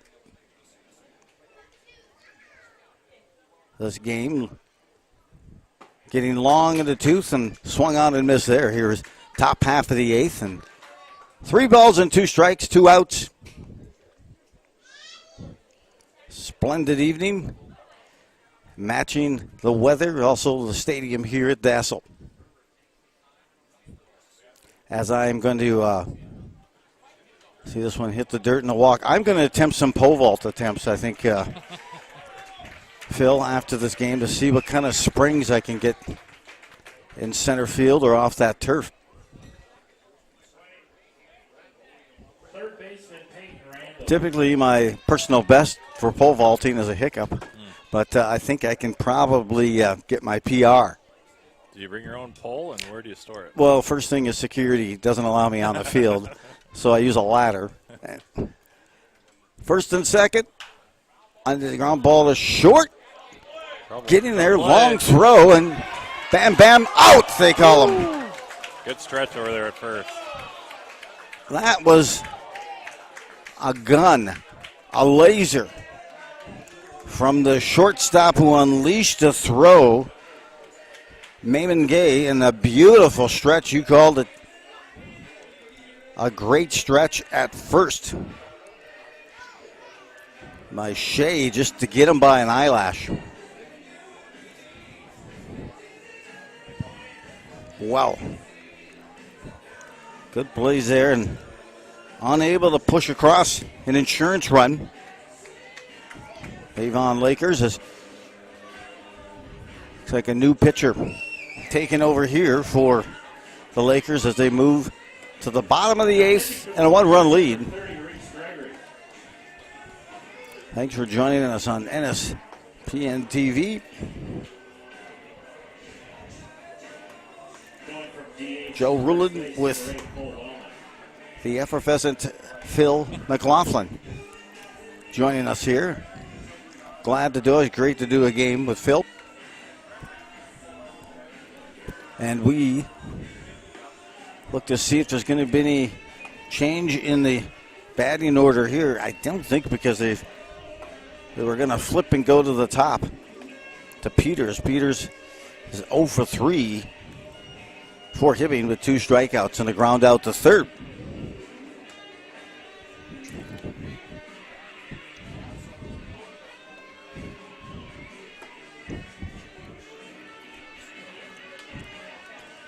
Get set here, and the pitching change here is on to number 30.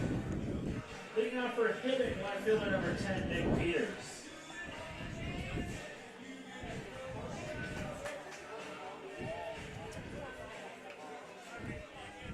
Reese Gregory? Appears so.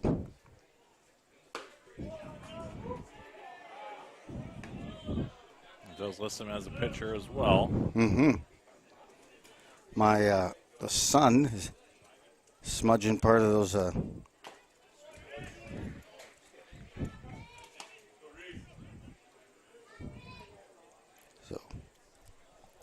this is in fact Reese.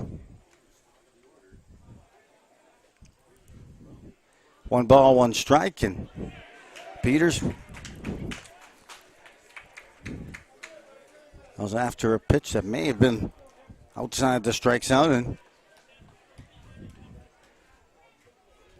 chance now here. Swung on and missed. Way to start him out. Reese Gregory gets it going. Second baseman number 15, Brooks Bachman. On the season, he's 1-0. Pitched a few innings here. More as a hitter. And he did get some time in against Red Wings. So, see if he can get them through the 8th inning here and see if they can muster up a chance for an insurance run. Avon coming inside here, a little drop down sidearm. Did you like that as a right-handed hitter? That drop down sidearm? I did not. Nice pitch there.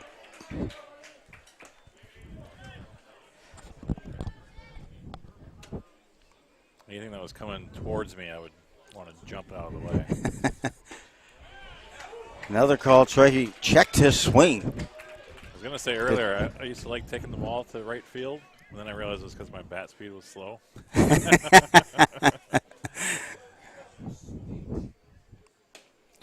You could have called yourself crafty. clutch. I was clutch. Clutch. I like that. See? Pathetic, I think, is what some called me. But this pitch straight back. Yeah, you're right. You get different stadiums and cathedrals here at Town Team Baseball, and then you get different teams and cultures here in the 100 year. A 2-hop to short. Curry gets it, but picked up by the first baseman just in time. Making the stretch over there. I will share with you, I did get to play on a Major League Baseball field. Nice. I have a 1,000 batting average, 1-for-1 at the Metrodome. Oh, very sweet. Yep. And 15 and under AAU Metro Baseball League Championship game. Hey.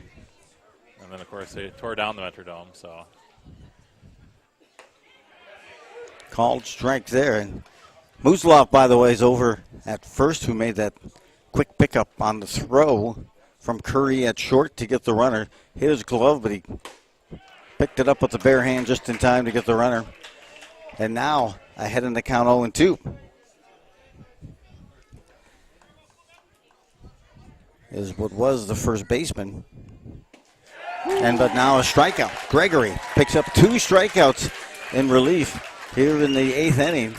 And just like that, the Miners are retired in the bottom of the 8th as we get set for that 9th inning, and still a 1-run lead for the Lakers as you look to see who's coming up for the Lakers.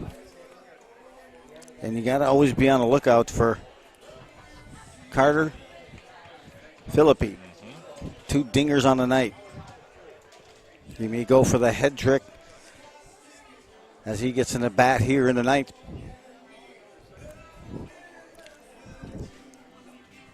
And this is Class C ball. Coming out for another inning of pitching is Lane Gerber for Hibbing. So, yeah, my claim to fame is getting a hit in the Metrodome. And I also played 4 college football games in the Metrodome because the UMAC used to do the Dome Day at the Dome. And I coached there for a few years. So a lot of memories of the Metrodome. It was kind of sad when they tore it down. I had to show my wife and some years down the road my daughters pictures of the Metrodome, or the movie Little Big League where they were filmed in the Metrodome. Oh yes, you're right. Yep, we watched that this past year, and so we could, I read the book hardcover too.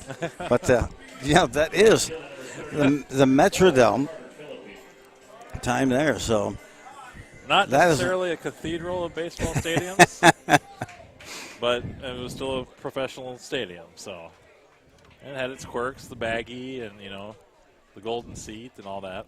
Yeah, it was still good, tough to see a ball in that outfield. As leading off here is Carter Philippi. 2 home runs, go looking for the hat trick tonight.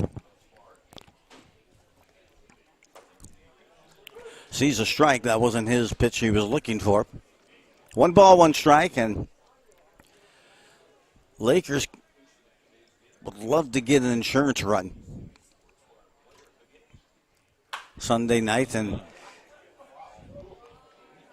that one may replace one of the businesses in downtown Dassel as that's pulled foul way off the field. Clean up in aisle 7. It may have gone in the grocery store door, in the produce. 1 ball, 2 strikes. Here's the chance. Carter Philippi, 2 home runs already, and gets that launch angle up. Kind of sets it up and rolls there. Here's a nuts to know by Joe. A nuts to know by Joe is the Metrodome was the last sports facility actually to finish under budget ever in the United States. Okay. And sometimes it kind of looked like it maybe was under budget. But it was a good spot, and I think So, and then the St. Paul Saints Stadium, which is up in St. Paul. CHS Both of those structures cost the same to build. Wow. Here's a number, the second. Phillippe's going to have to hustle to get this one. He hustles, but does not get it. Nice play at second for the first out here. Top half of the ninth. $50 million for both of those structures. One was built in 1982. So that budget's not counting the way they replaced the roof in 2010 when the snow caved it in? I don't know. You know, that was probably an after cost. Yeah. What would we say, project creep, or the cost outside that budget, outside the scope. But they did have to go the next year after the first $50 million and replace it with put in some air conditioning for another $5 million. But I find that always amazing. It's just the amazing cost because St. Paul State Stadium is phenomenal. That's a great place. I mean, what a great place for town team tournaments, state high school tournaments. High school this year, yeah. Clean, just a great environment. The Metrodome was good. I will tell you, I was supposed to go to the game when that snow came through the roof. A Vikings game, high cheese at a time, swung on a miss. Vikings game the next day? What's that? On Sunday, the next day? You were supposed to go to that game? Yep. It was. And then, I don't know if you remember, but they played it at they played it. Well, they had to make up a game, but the one that they replaced it with swung on and missed for a strikeout here. But the makeup day was at the U of M. Oh, that's right. And number 1, Ryan Jansen. And Carter Hulthans goes down swinging here in the ninth. And now they flipped the lineup to Jansen, leadoff hitter. So it was first come, first serve that night. I remember going with my son. It was actually Brett Favre's very last game in the NFL. I do remember that. Because they didn't have any of the padding underneath. The frozen ground. Yes. Lunging for this one, getting the bat head out on it, and making a beautiful save coming out of nowhere. The only thing missing on that catch was a cape. That was like a Super Friends catch in center field. And he has put on a clinic in center field all night, making those beautiful catches. Mike Bellich, congratulations on that Showtime catch.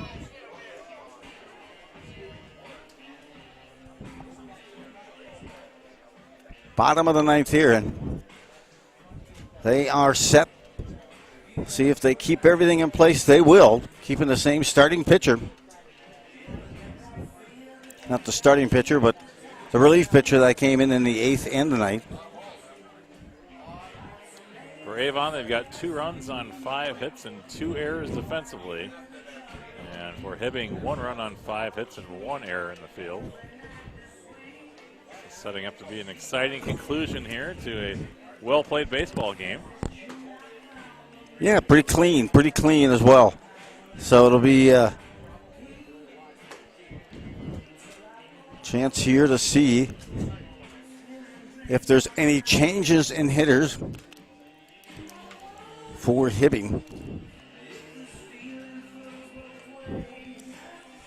One last chance to make a run here and see if they go about it with a different strategy, Phil. Final warm-up toss goes down, and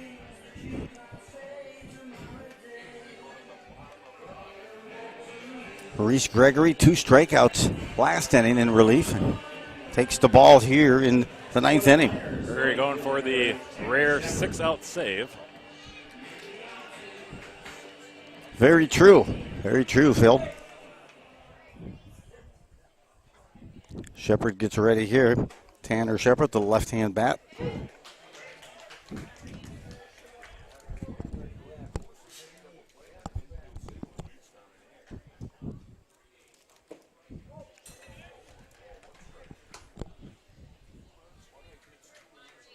Gets a look here, takes another.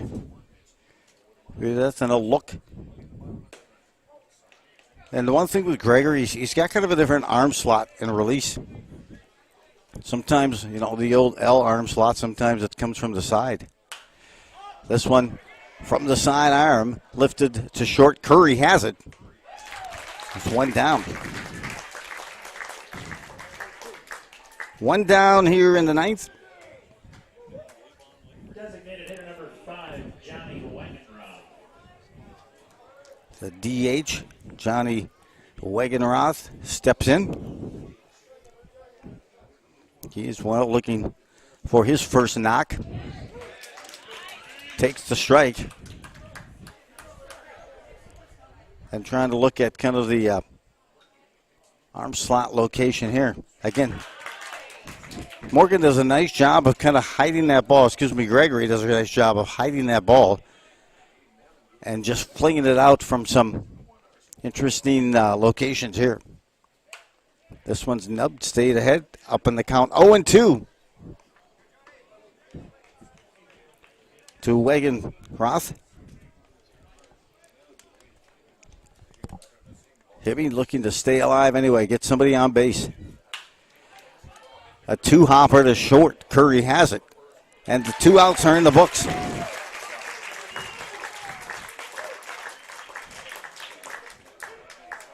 Curry completes on the short to first, and that will bring up Dane Maimongay.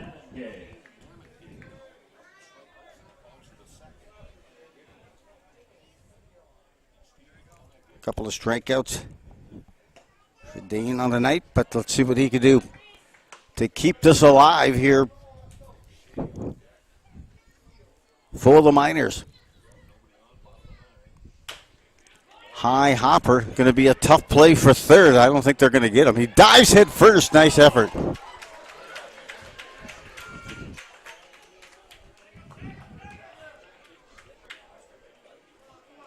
He came off after he went for that head first dive. You could tell he was probably going to make it either standing up, but he went for the dive. Sometimes you see more players get injured on that head first dive at first. But he was there, and first baseman thought maybe he was trying to sneak to second. I think he just wanted to get up and get the dirt out of him. So, live to play, one more outer. Here we go. 2 outs. Left up to here. And Nick Shea. He doubled in that second inning, struck out in the 5th, flew out to center. That was in the 7th. 1 ball and 1 strikes, 2 outs, 1 runner on for Hibbing. They'll take some time and finally allow the Miners player at first, the Miners player at first to get rid of some of the infield out of his pants. So, we're set here. Shea looks for the pitch, gets it back to the pitcher, and that's going to do it. Gregory takes it, and that is the out, and that is advancement here for the Lakers. It was a tight one, Phil, 2-1. It kind of felt like they wanted to bust it open, but it was almost like a chess match. They'd get it, they'd make a move, and finally, this one goes in the books. Congratulations to the Avon Lakers. Obviously, the player of the game here has to go to Philippi. He had 2 dingers on the night, 2 moonshots. Yep, 2 bombs, and they win 2-1. Definitely a difference maker in the game. And, of course, pitching and doing a great job on the mound, too, as well for the Lakers was Dom Austin as he went 7 innings. He gave up just the 1 run. So a win tonight. Now they all advance. Next week, that is the Lakers. It's a championship Labor Day weekend for this, the 100th of the Minnesota Baseball Association and Minnesota Amateur Ball coming your way here on NSPN TV. Thank you, Phil, for joining me. Thank you. That was a lot of fun. Dr. McLaughlin, excellent job. Great to work with him. I'm Joe Rulin. The final 2-1 as the Lakers of Avon defeat Hibbing here from a great field in Dassel, Minnesota. Have yourself a major league evening at a minor league price.